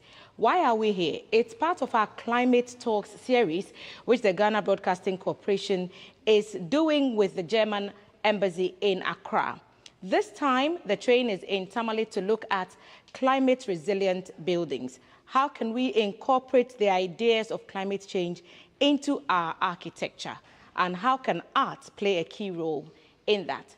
Red Clay was opened in 2019 by Ghanaian artist and entrepreneur Ibrahim Mahama, and he joins us now to talk us through some of the inspirations behind his creations. And so we'll get to see a bit of his mind here. Ibrahim, thank you for having us in your studio. It's always an exhilarating experience when I'm here. I'm looking at all the shoe shine boxes you collect. So if there are no shoe shine boxes in your area, if the boys have stopped working, Ibrahim is partly to blame for that. The art is just profound, and you transform the space in a very compelling way. But we are talking about using art as a key component in, tackling climate change. This structure that we are in, for example, is made from red brick. Yes. And there's a climate reason behind your choice of doing that. Yes. Tell me about that. Thank you very much. The bricks are primarily coming from Koforidua and Winneba. I started building this studio back in 2014. I think 15 we started construction. At the time, the idea was to think about building a studio that could inspire, let's say, the children within the community. But more importantly, the idea was to use a material that was somehow friendly to the environment. Because if you're using bricks, it means that the maintenance level of the building is going to be low. And so also, you're creating a bridge between art and climate resilient infrastructure. Infrastructure, exactly. And also because when you look around, I borrowed the primary architecture from Secondly Locomotive Workshop, which was a building that was built by the British in the early 20th century. And it was meant for the repair of the railway infrastructure. But when you look at it, you realize that primarily the building was done with skylights and all that. So it meant that even in the daytime, when there was no electricity, they could still work within those spaces. And you normally see that in some factories and all that. So I try to borrow from that element, because at the end of it, you know that in Ghana we have issues with power. We have a power crisis and all that. So even in making the work, aside collecting objects and materials which are objects that would have been burnt or things like that, like the railway lines or shoemaker boxes or other materials, at the end of the day, we're trying as much as possible to create an environment which doesn't need a lot of energy in order to be able to run. Why is that important to you? This whole idea that we need to incorporate, make our lifestyle more responsive to the realities of climate change? But the world is the only place that we have. We don't have any other place to be. And moreover, for me, like when I'm thinking about climate, I'm also thinking about memory. Because when we cut trees have memories. The objects that we use, for instance, all the pieces of wood that you see here are coming from different species of trees and all that. Some of these trees have even gone extinct. But the idea that we, like through art, you can collect these objects. Because normally the women in the markets and others, they use them for firewood. When the object is old, let's burn it. But I'm more or less interested in the memory that is embedded within the object. So if a shoemaker boy uses pieces of wood to make a shoemaker box and he goes around polishing shoes, the act of the polishing of the shoes, the act of moving around, it collects memory. So then, at the end of the day, when we as artists collect these objects together in order to be able to build an installation like this, one, it prevents the object from being burnt, which releases what? Toxic CO2s into the air. And secondly, also, it allows us collectively in order to be able to share within the memory of these objects. So the unconventional material choice is a choice. No, it's a choice. It's a deliberate choice. Yes, exactly. All right. So now we're looking at some of the things that you've set as point. But we've seen shoe boxes, there's cement papers in the other room. Yes. And there's art on the wall. There's stretchers on that side. Yes. What story is that piece of material telling? What are some of the principles behind the choice of materials? And can they realistically be incorporated into building our own homes, for example? Yeah, they can, actually. We will see shortly the pots that I've collected from Tolong, from the women who make these extraordinary pots. And you find that all around the country, in the Volta region, the Ashanti. And like back in the post-independence era, Nkrumah had this program where even Parliament passed at the time, where they were looking at the idea of sending these mobile kilns around the country, where the local villages where they make the Atakpame houses, they would even show them how to even perfect those so that at least they could produce homes that were a lot more sustainable for the environment and all that. But of course, post-mid-60s, there was a huge crisis with like the different coups that we had. So it somehow disrupted that history. But this material was important to me, the medic stretchers, because I collected them in Greece in 2016 when I was working on an important project. All of them? All of them. In Greece? Yeah, but some of them I made in Ghana, but most of them I collected from Greece. They were medic stretchers that were used in the Second World War. And they were used in carrying dead, wounded soldiers, civilians, and all that. So again, the memory, I thought the memory was absorbed in it. Historical. At the time, during the height of the Syrian refugee crisis, I was doing some research and I went to this, I went near this refugee site and then I found this at a scrapyard. So you see all this, some of them are like blood stains and others. So I thought the material independence as an artist when you're working, it's not always that when you have to make a painting, you have to use paint. Yeah. Sometimes the material in itself, it's already, it's there.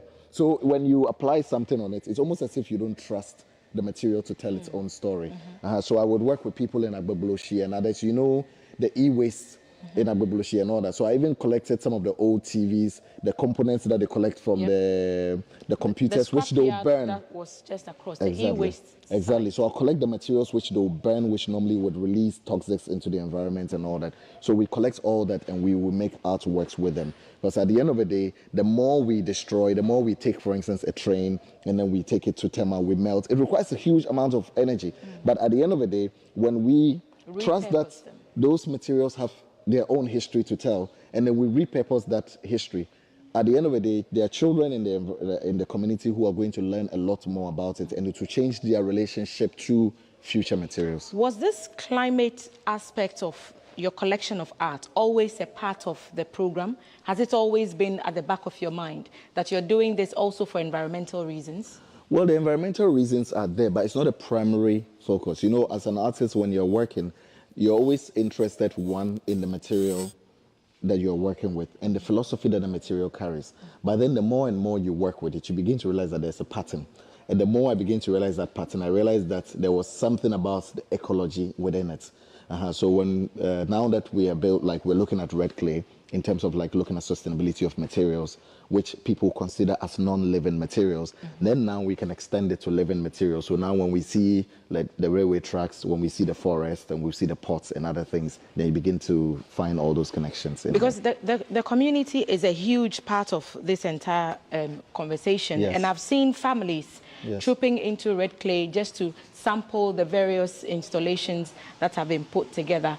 You brought trains from as far as Sekondi. Accra, Sekondi. Yeah, Huni and Valley. the and whole all that. idea was to bring them here to Yes. serve what purpose for the community? What's in it in this for Tamale community and beyond? It's to allow them to connect to time, to history, in many different forms. At the time when these were being produced, particularly this particular train carriage that we're seeing here, this is from the 1930s. And this was produced at the time when a lot of the skyscrapers in New York was being built. So similarly, some of the companies that would have been producing for the colonial administration were also producing for the modernization of, let's say, the so-called old centers of the world, like New York and others. So for me, the rail lines are important because the labor that went into the building of a rail line, a lot of them came from outside the capital, the cosmopolitan and the south, the Gold Coast at the time. They came from the north and many other places. But the objects themselves never really reached here because there was never a rail line up north, even beyond the Ashanti Is this and all that. perhaps the first rail line Well, this one, in northern region? some of the, yes, the first actually. This one? Yeah, this one, yes. So we even worked with some of the railway workers to build this. And this is in real time. And when I say real time, I mean it's an actual rail line It's using an actual the rail line. actual Yes, materials. exactly. So a lot of these were going to be scrapped, melted and all that. So I bought them, some of them from scrap dealers, some of them I negotiated with the ministry. So the minister, Peter Mewu, was very kind together with some people that helped us to get some of the materials. And then we brought them to the north because my primary focus is to use the material to excavate that memory, because when the kids here and the families see this, a lot of them, that's the first time they are seeing these rail lines. Imagine you're a child in Savlugu or in Nyankpala or somewhere. A lot of them have never even been to Tamale before. So again, how do you expect them to connect to, if you're talking about, let's say, colonial history, colonial legacies and things like that, they can't connect to these things.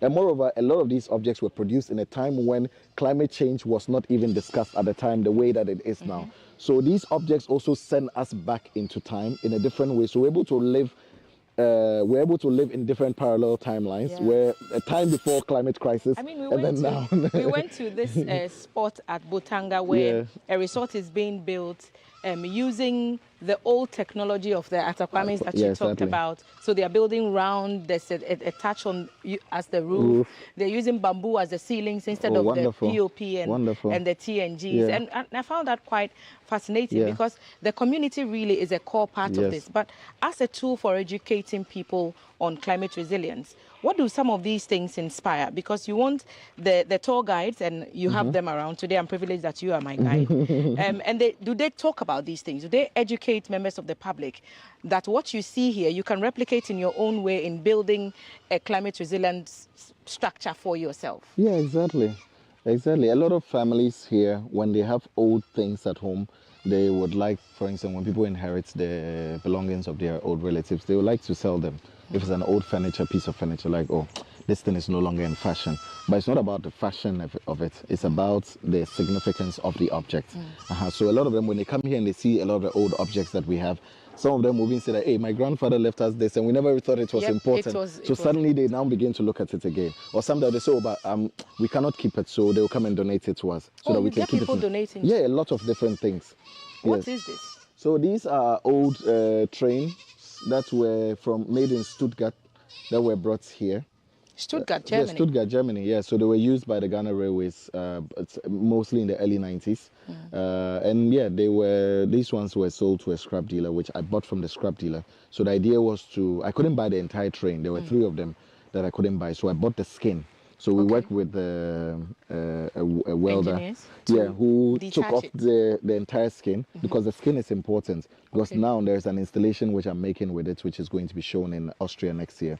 And the installation is basically me going to the market and then giving the women new headpans, which these headpans they would use for fetching water, blah, blah, blah. And then they give me their old pans, what that have holes in it. But the pans are significant because the pan has been used in carrying food items. So the pan itself, in terms of weight, is carried, let's say, over 20,000 tons of materials over its lifetime. So imagine that in relation to the body, in relation to the community and all that. So then now, imagine the train then now coming to carry, the pans coming to carry the weight of the trains. So there's something very poetic about it.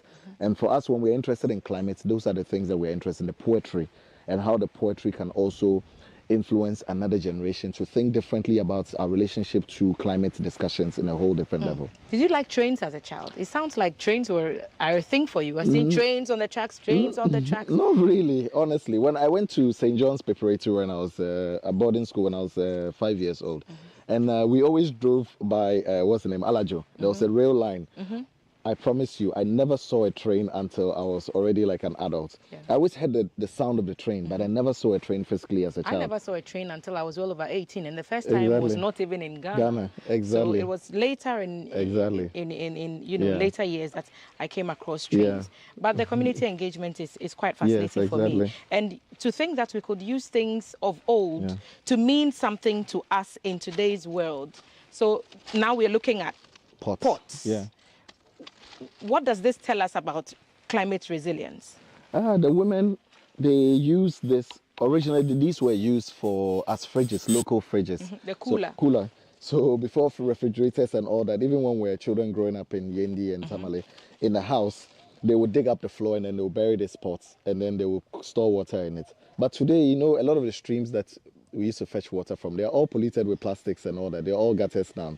So now, in a lot of the local communities and villages, this is what they still use. And I think there's a lot we can learn from the rural communities and the villages. Because of the scarcity, they still are very much in touch with certain aspects of our nature that those of us who are in the cosmopolitan, because there's excess, we might, you can buy a big freezer, so you just buy whatever. And then we the take energy, those things for granted. We take it for granted. So finding a fine balance between, tradition and then modern techniques helps. I mean, look at what you've been managed to do with the bricks here. Where from the bricks that were used to make the structure? They're from Winneba. So a lot of them, I collected them from Winneba.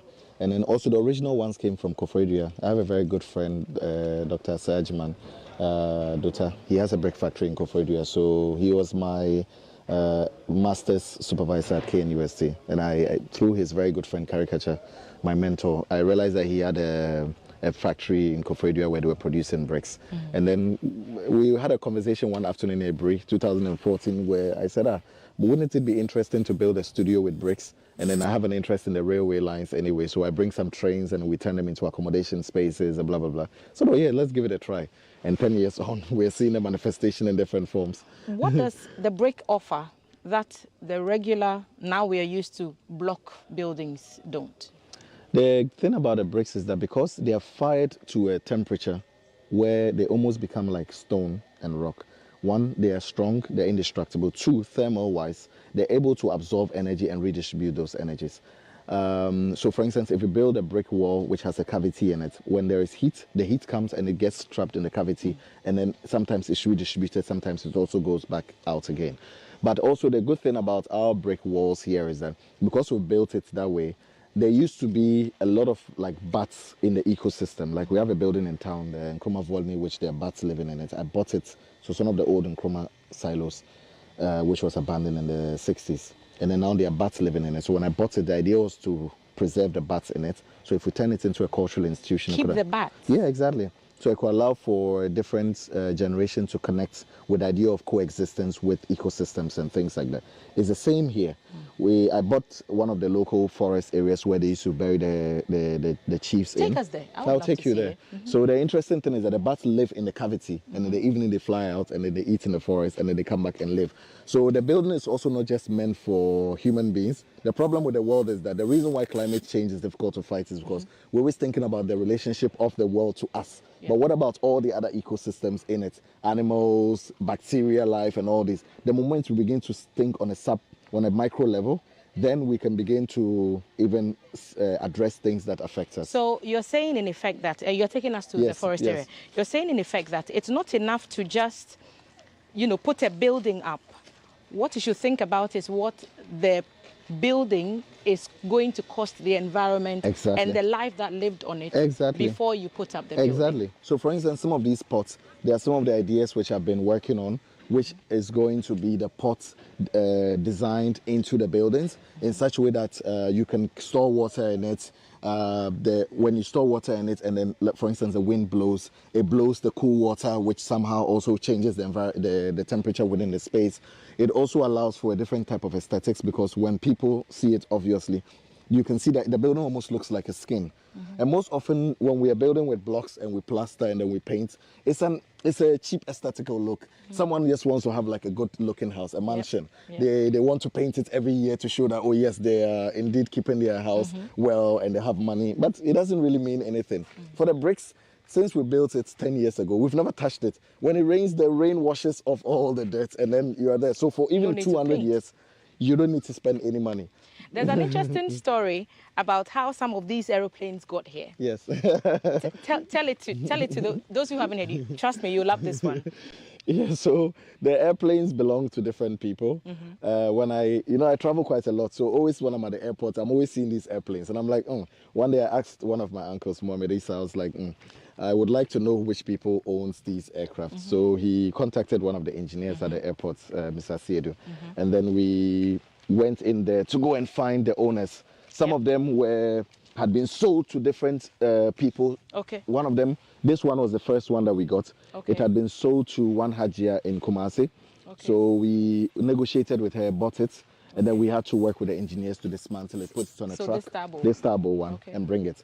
And then the next ones we got were the Fly City Link. The Fly City Link. This was the first aircraft that was used in Ghana, post Ghana Airways. And this plane was actually used in Liberia during the Civil War until it was brought to Ghana. It was a military aircraft made in Czech Republic. So we bought this, and then the same person owned this.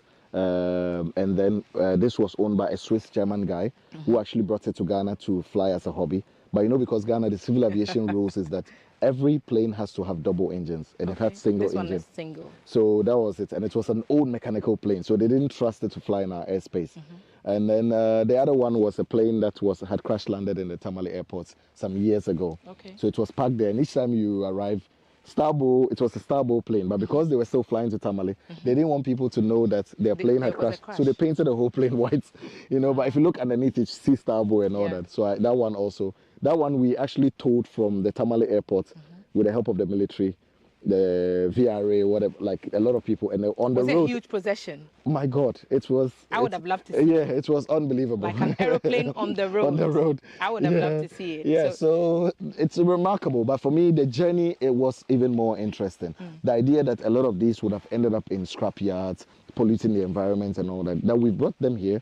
And now we can be able to do workshops on robotics, coding. Some of them we have computers in it where we teach children about building computers, coding, algorithms and all that. So it's also about that. Again, how do we use even technology to address climate issues and things like that? And if we have a younger generation that is a lot more sensitive about the world, about if you're a child in a village like this who you always see a plane in the sky, and suddenly you're seeing it in relation to a share tree or the Atakpami house and all that, it changes your perception about the world. So now if you're going to study in it, coding and things like that, I bet you a lot of the kids who are in America and other places, they will never get these kinds of experiences. So though we are in our local environment and we are under-resourced, but then when we take the things that are decaying and the things around us, we can turn them into spaces that can actually reshape our minds in ways that maybe in the West it will not happen. So one of the deliberate things that you do, so these trees, the share trees and the neem trees and all that, you deliberately left them standing there. Yes, exactly. So that the environment will be... Yeah, I don't and like cutting trees. You're very against Yes, cutting no, trees. no, I don't cut trees. And that's why you invested into, buying all these huge plots of land just so nobody will touch it. Yeah, exactly. We You're need not a public buying space. it for development. You're just saying, no. I don't want anybody touching this, Yes, so I bought exactly. it. I bought a lot of land in the community, not because I wanted to build on it, but because we need public spaces. A lot of people in Tamale, this is the only place they can come and have a picnic or have a Well, you have picnics here. Yeah, exactly. A lot of sometimes you have an entire class from a university come here, 100, 200 people. Last week we had some kids coming to do picnic here. There were about 200 kids from a school. They just brought them out for a day and they sat around the grass. They brought mats, food, they ate, they saw exhibitions. And normally you don't have spaces like this, even in the capital. Parks and gardens, all those spaces, a lot of them have been sold off. So the idea that even we have to work together with the local chiefs and all that. So if the government is, for instance, building anything in any space, like if you're going to build a secondary school or if they're demarcating an area, why can't we demarcate spaces that somehow transcend the idea of because the idea of the human being is that it constantly wants to build and occupy. Yep. Are you getting, that kind of collaboration with whether it's private individuals, government organizations, to help you make this dream, sustainable? Because today you are here, me and you are here. Tomorrow we don't know who will be here, who might not buy into the vision. How do we create the collaboration so that this stays, outlives us? For me, one of the techniques I've used is by making sure that you are building a strong, independent institution. I think in Ghana and in Africa, that's one of the things that we lack, the key things. We don't know how to build strong, independent institutions that goes beyond us. So for instance, in building this, even my wife and I are always talking about the fact that we have to find, she understands that one day our children will not inherit this. The idea they might not share the vision. They might not share the vision, but the idea that collectively when you're building something, it goes beyond. It's not just about you. It goes beyond you in a way. So Ghana, you know how difficult it is to get public institution supports, like governmental supports and things There's like that. There's a lot of, Yeah, sometimes you find individuals in the government who are interested, but the government as a system and the structure itself, it doesn't really, there needs to be a systematic change within the governmental structure. Yeah, in all ways. Yeah, yeah. These, former burial sites. Yes. Where are they? It's at the back. So beyond these trains. Yeah, beyond these trains into the community. Yes. And the community, I'm guessing from being around here a few times, is slowly beginning to buy the idea that this is a space that is not no man's land, but nobody is allowed to go there. Yes. Have you had to make changes to the original plan that you had because of some of these climate resilient ideas that you are now more incorporating into the studio? That's Red Clay or the forest area. So are they separate altogether? Well, I bought the lands in different aspects of the community because I also want to be able to connect. So for instance, there was a land that was demarcated for building a school, which I bought. And the idea is to, for instance, eventually build a school there, an independent art school connected to architecture, art, engineering, all these different things. So we preserve, there's a whole ecosystem, the baobab trees and others which we preserve. And then here, we preserved everything. Even where we are standing now, we're going to build a dam here, which will also influence the ecosystem. Imagine you have a huge excess of water. It means that you can be able to keep the place green going forward. And also it will allow for trees and other things which normally will not grow because maybe it hasn't rained here for 5 weeks. Yeah, we brought the rain. Exactly. You brought the rain. We're very lucky. Right. So things like that. But the forest area, I wanted to keep it the way that it is.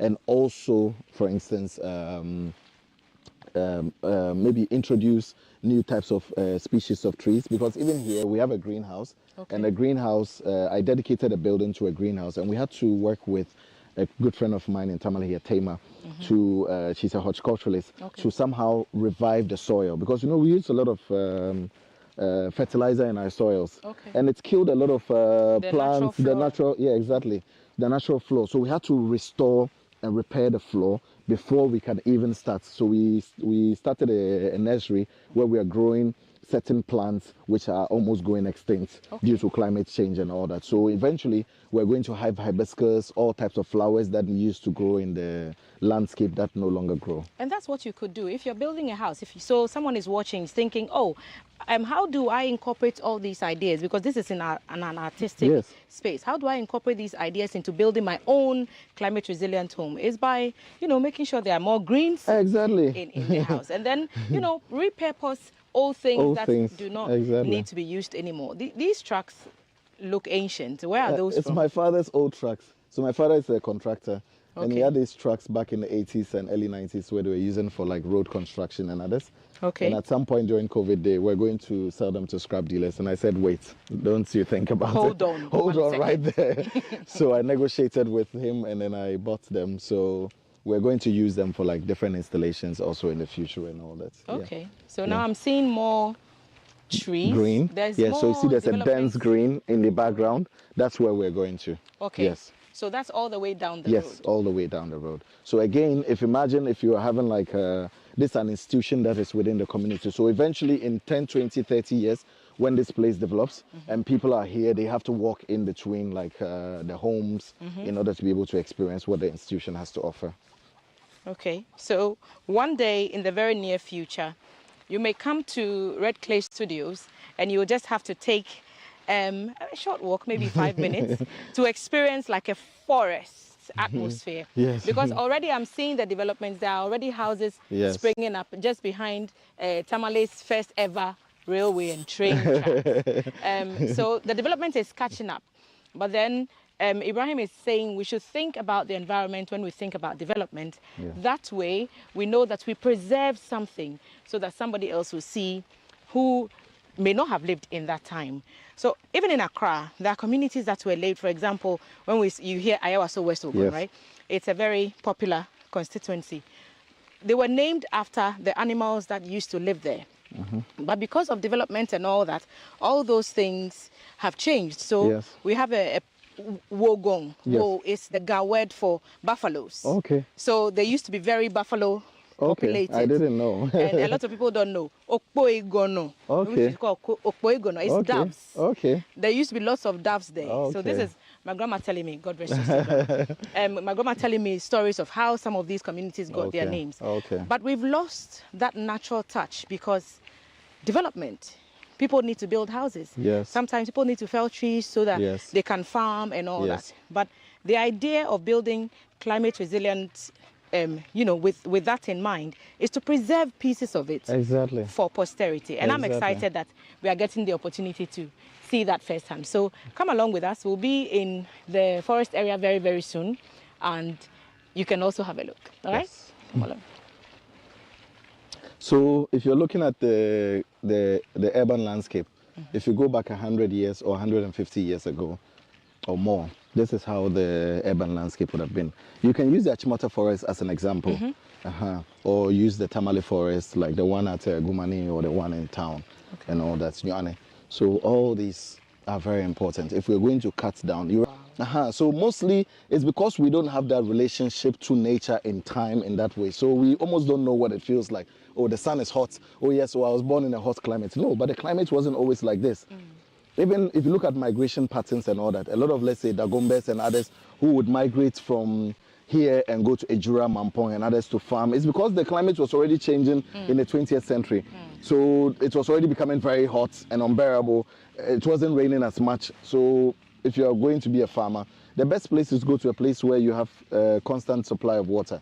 I remember my father said one thing. We went to Ejura for a funeral a couple of years ago, and then there were some bushfires. It was in the dry season.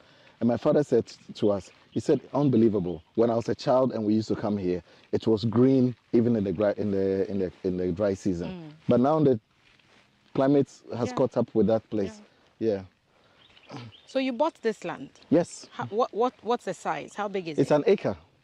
It's an acre, but very dense and very significant. It's an acre that actually represents what we don't have within the urban landscape. In terms of ecosystem, there are all types of species of birds living within it, hedgehogs, and all kinds of other, like different types of birds also, and bats. The bats also live within the cavities of red clay, and then in the evening they come here and then they feed, and then they come back into the architecture. So this is where the bats live? No, they live in the cavity of red clay. Okay. And also in the roofs of people's buildings, and then they come here in the evening to feed. Okay. Yeah. And you're saying that this was an ancient burial ground? Yes, there are so many of them around. I have about 3 of them in around. The other ones are a bit far from here. Okay. So I just wanted us to walk to this one. So you see that suddenly like this fresh There's air. fresh air. Yes, exactly. It feels like you're climbing up the mountain if you're going towards the Abri area from Accra. Because it's hot down the hill, and then once you start to climb, you begin to feel the cooler temperatures. So lots of greens, and this is your plan, to just leave it alone. That's your plan. Just leave it alone. The plan is for preservation. The same way I look at the trains, preserving the history of the trains and the memory, is the same way we're looking at the memory of, let's say, the ecosystem, the trees.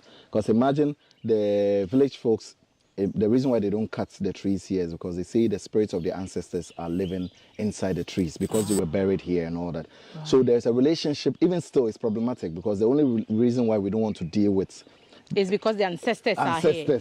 But beyond the ancestors, if they weren't here, yes, we could have. Couldn't we have also had a different relationship to, let's say, nature in a very different way? Okay. Yeah. We are so much afraid of ghosts and like apparitions and things like that. But beyond that, can't we also develop other ways in which we can cohabit with because nature? Ghosts don't feel heat. We do. So we should make the choices that affect or we benefit from whilst we are here, not when we get into the next world. So it's been quite exciting having the walk across the studios at Red Clay and then walking up here to this sacred groove, if I can call it that. It's called a sacred groove, exactly. It is? Yes, you had a perfect name. I might be onto something. And it's all part of the agenda to drive climate talks, which is a partnership between the Ghana Broadcasting Corporation and the German Embassy in Accra. On Thursday, we'll be having an event right across from us at Red Clay Studios in Tamale. We'll be hoping to talk about how we can incorporate some of these climate resilient ideas into our current architecture and how we can build more climate-friendly buildings. So let me give you an idea of what the benefits of having climate-resilient buildings are. There's a reduced risk of damage and displacement if you build with these more environmentally friendly stuff. It's low maintenance and lower repair costs if you have some of these climate-resistant, resilient buildings. There's enhanced energy efficiency and a reduced carbon footprint, which is important because the ozone layer and everything that is going on up there, it has an effect on how we feel on your skin down here. We want you to incorporate some of these ideas and designs into your homes. You don't have to cut the tree, do not cut the tree. And if you can preserve that item and repurpose it for another purpose, why not? Do it the way Ibrahim does. And he's done this successfully in Ghana and abroad, and he continues to be a champion of using art in a climate-friendly manner. So, Ibrahim, thank you for staying with us. I know that you will join us on Thursday for that panel discussion, and we'll look at some of these topics in another form once we sit down with the other guests. Thank you also for staying on with us. And this has been our segment of GTV Breakfast. And we'll see you again some other time. Bye-bye. Thank you.